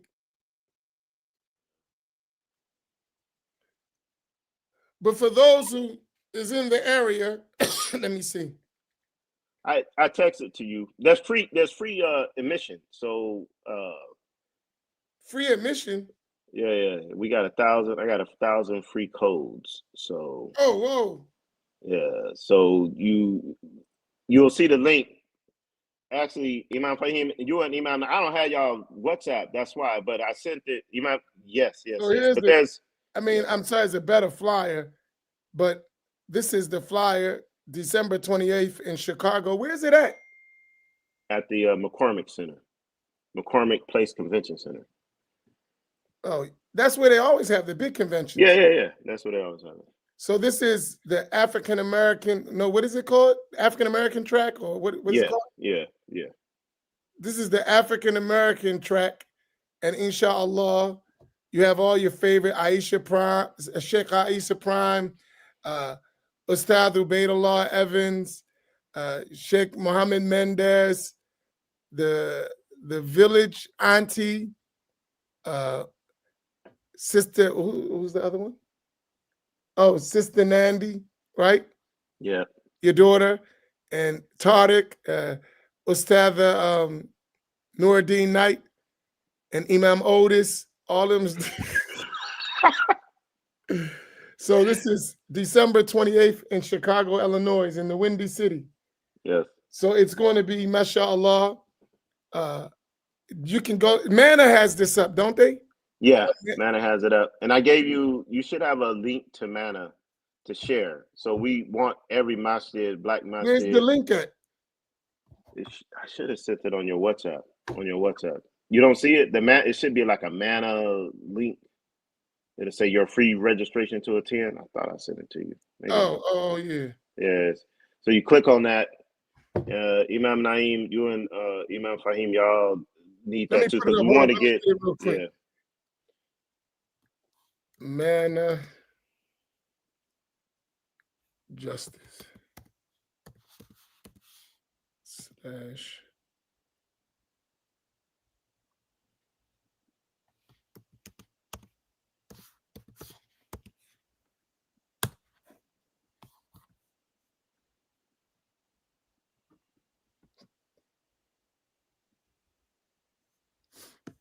Oh, here's the link, right?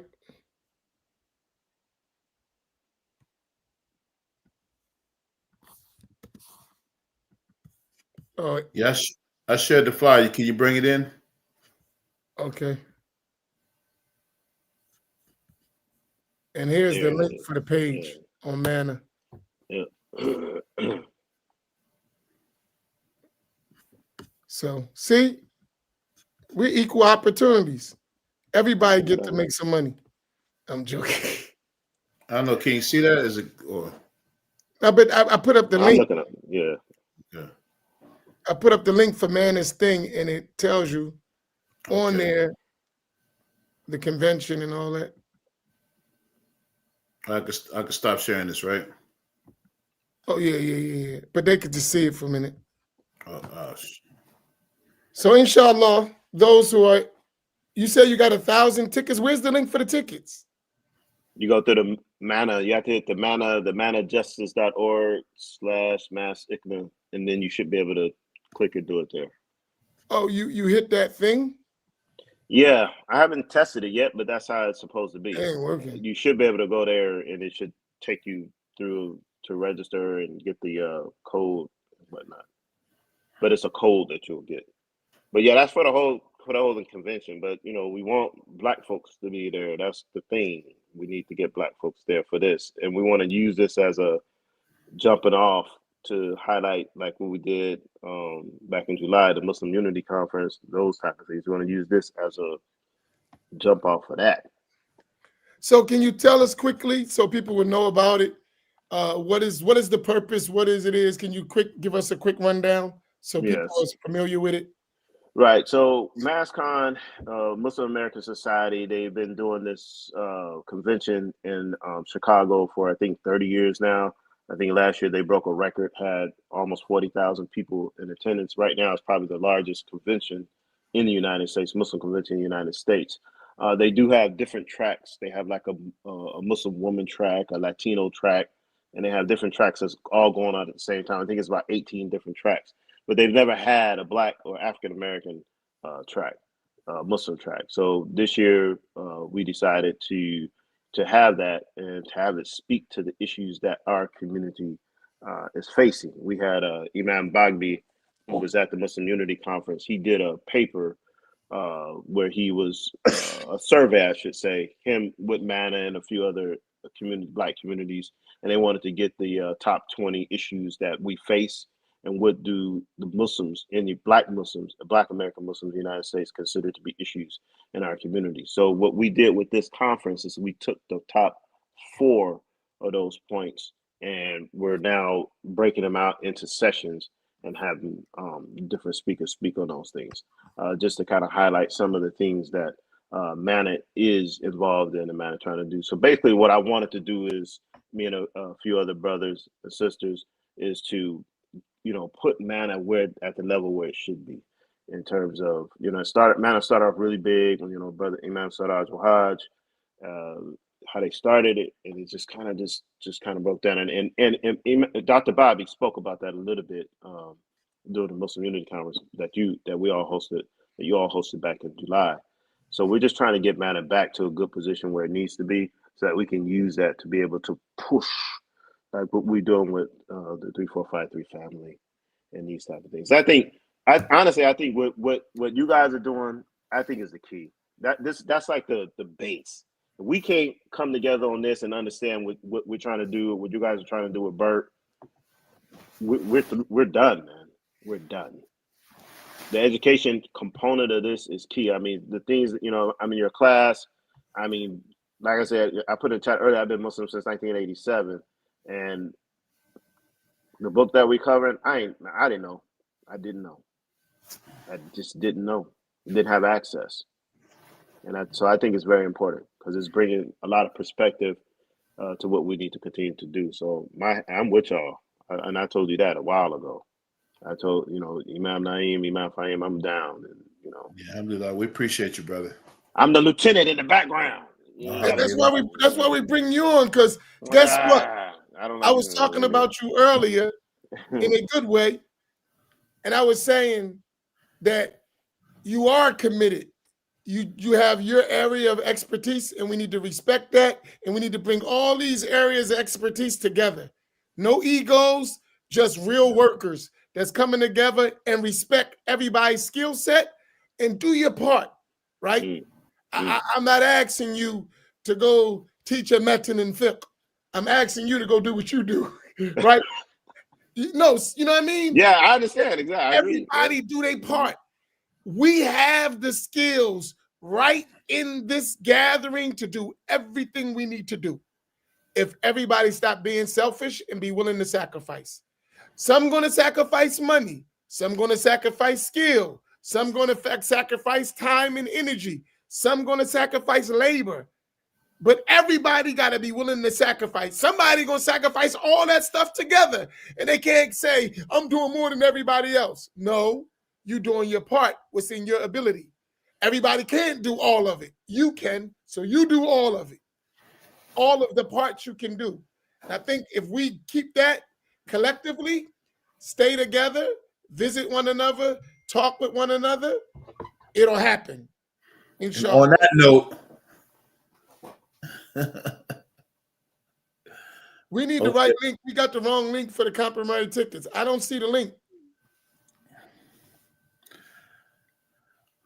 Hey, Imam, I got to run, though. My son is out here to pick me up, man. All right, good. See, that's what I mean. He's supposed to have a chauffeur. Paid. Come on, man. I was about to walk. Shoot. All right. Assalamu alaikum. All right, walaikum salam. Hey, we got to get the right link. That link ain't right. Wa alaikum salam to that. Let me try to click it on.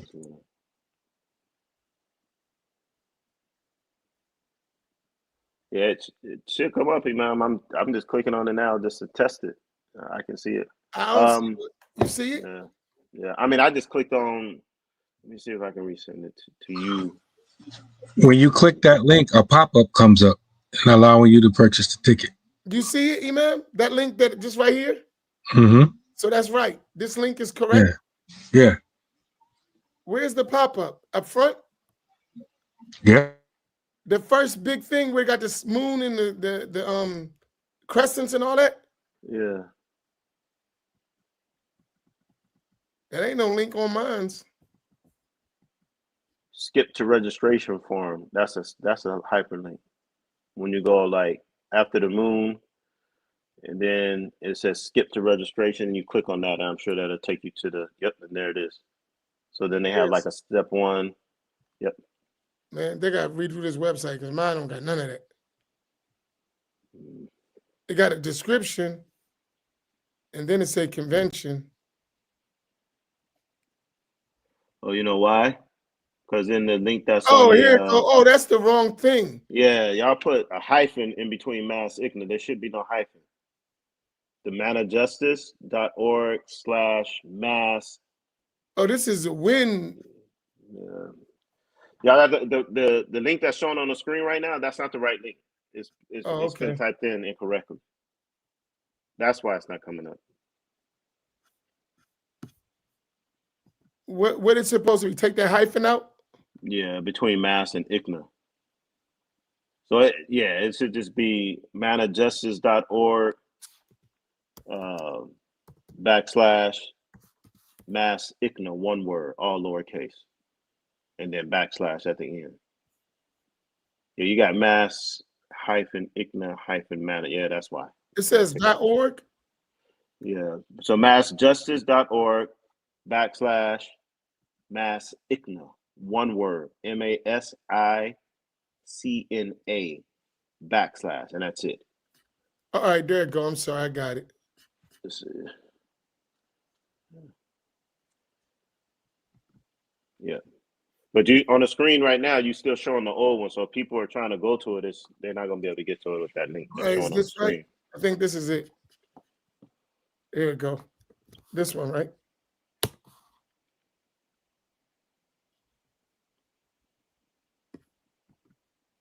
Yeah, that's it. Yeah, I see it. That's it. Yep, that's it. Yep. All right, that's the right link. That's the right link. I got it. All right, there it is.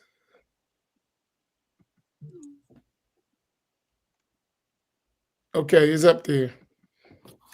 I'll put it one more time. Yeah, I see it. That's right. I see it. Imam Muhammad Amin. Yeah, you saw that? Yeah, I What see it right now. See, now that's an issue. No, they got it right. Where? Look. Hey, that phone from Gambia don't work. Yeah. I don't joke. They have Imam Amin Muhammad. No, he's right here. Imam Muhammad Amin. I'm protesting. I am African American and I deserve my respects. Oh, yeah, they got it. They got it. Yeah, where your picture is, they got it right. And then when you go down to the actual workshops, they flipped it. All right, I'll let As Little Will YSL Woody says, I'm gonna need 10,000 for that. I'm gonna need 10,000 for that. You know, you messing up my reputation. Yeah. They already gonna call me a sellout, and then you calling me Muhammad Amin. That don't help it none, right? Oh no. All right, we love you, Ak, man. May Allah reward you. May Allah increase you in all the good. Your family, it's a pleasure to be brothers and family. And may Allah definitely give y'all all the good and grant us one day reparations while you alive. Inshallah. I want my money. I want my check. Because we're going to need all that. All right, Imam Naim, you want to close us out? You have any final say so? Yeah, someone famously always says, I'm going to need that by Monday. Abdullah. Subhanakallahumma wa bihamdika nashhadu an la ilaha illa anta astaghfiruka wa atubu ilayk. Wal 'asr innal insana lafi khusr illa alladhina amanu wa 'amilu salihati wa tawassaw bil haqqi wa tawassaw bis sabr. Amin. Assalamu alaikum wa rahmatullahi wa barakatuh. Hey, hold on, Bilal. I want to ask you something. All right.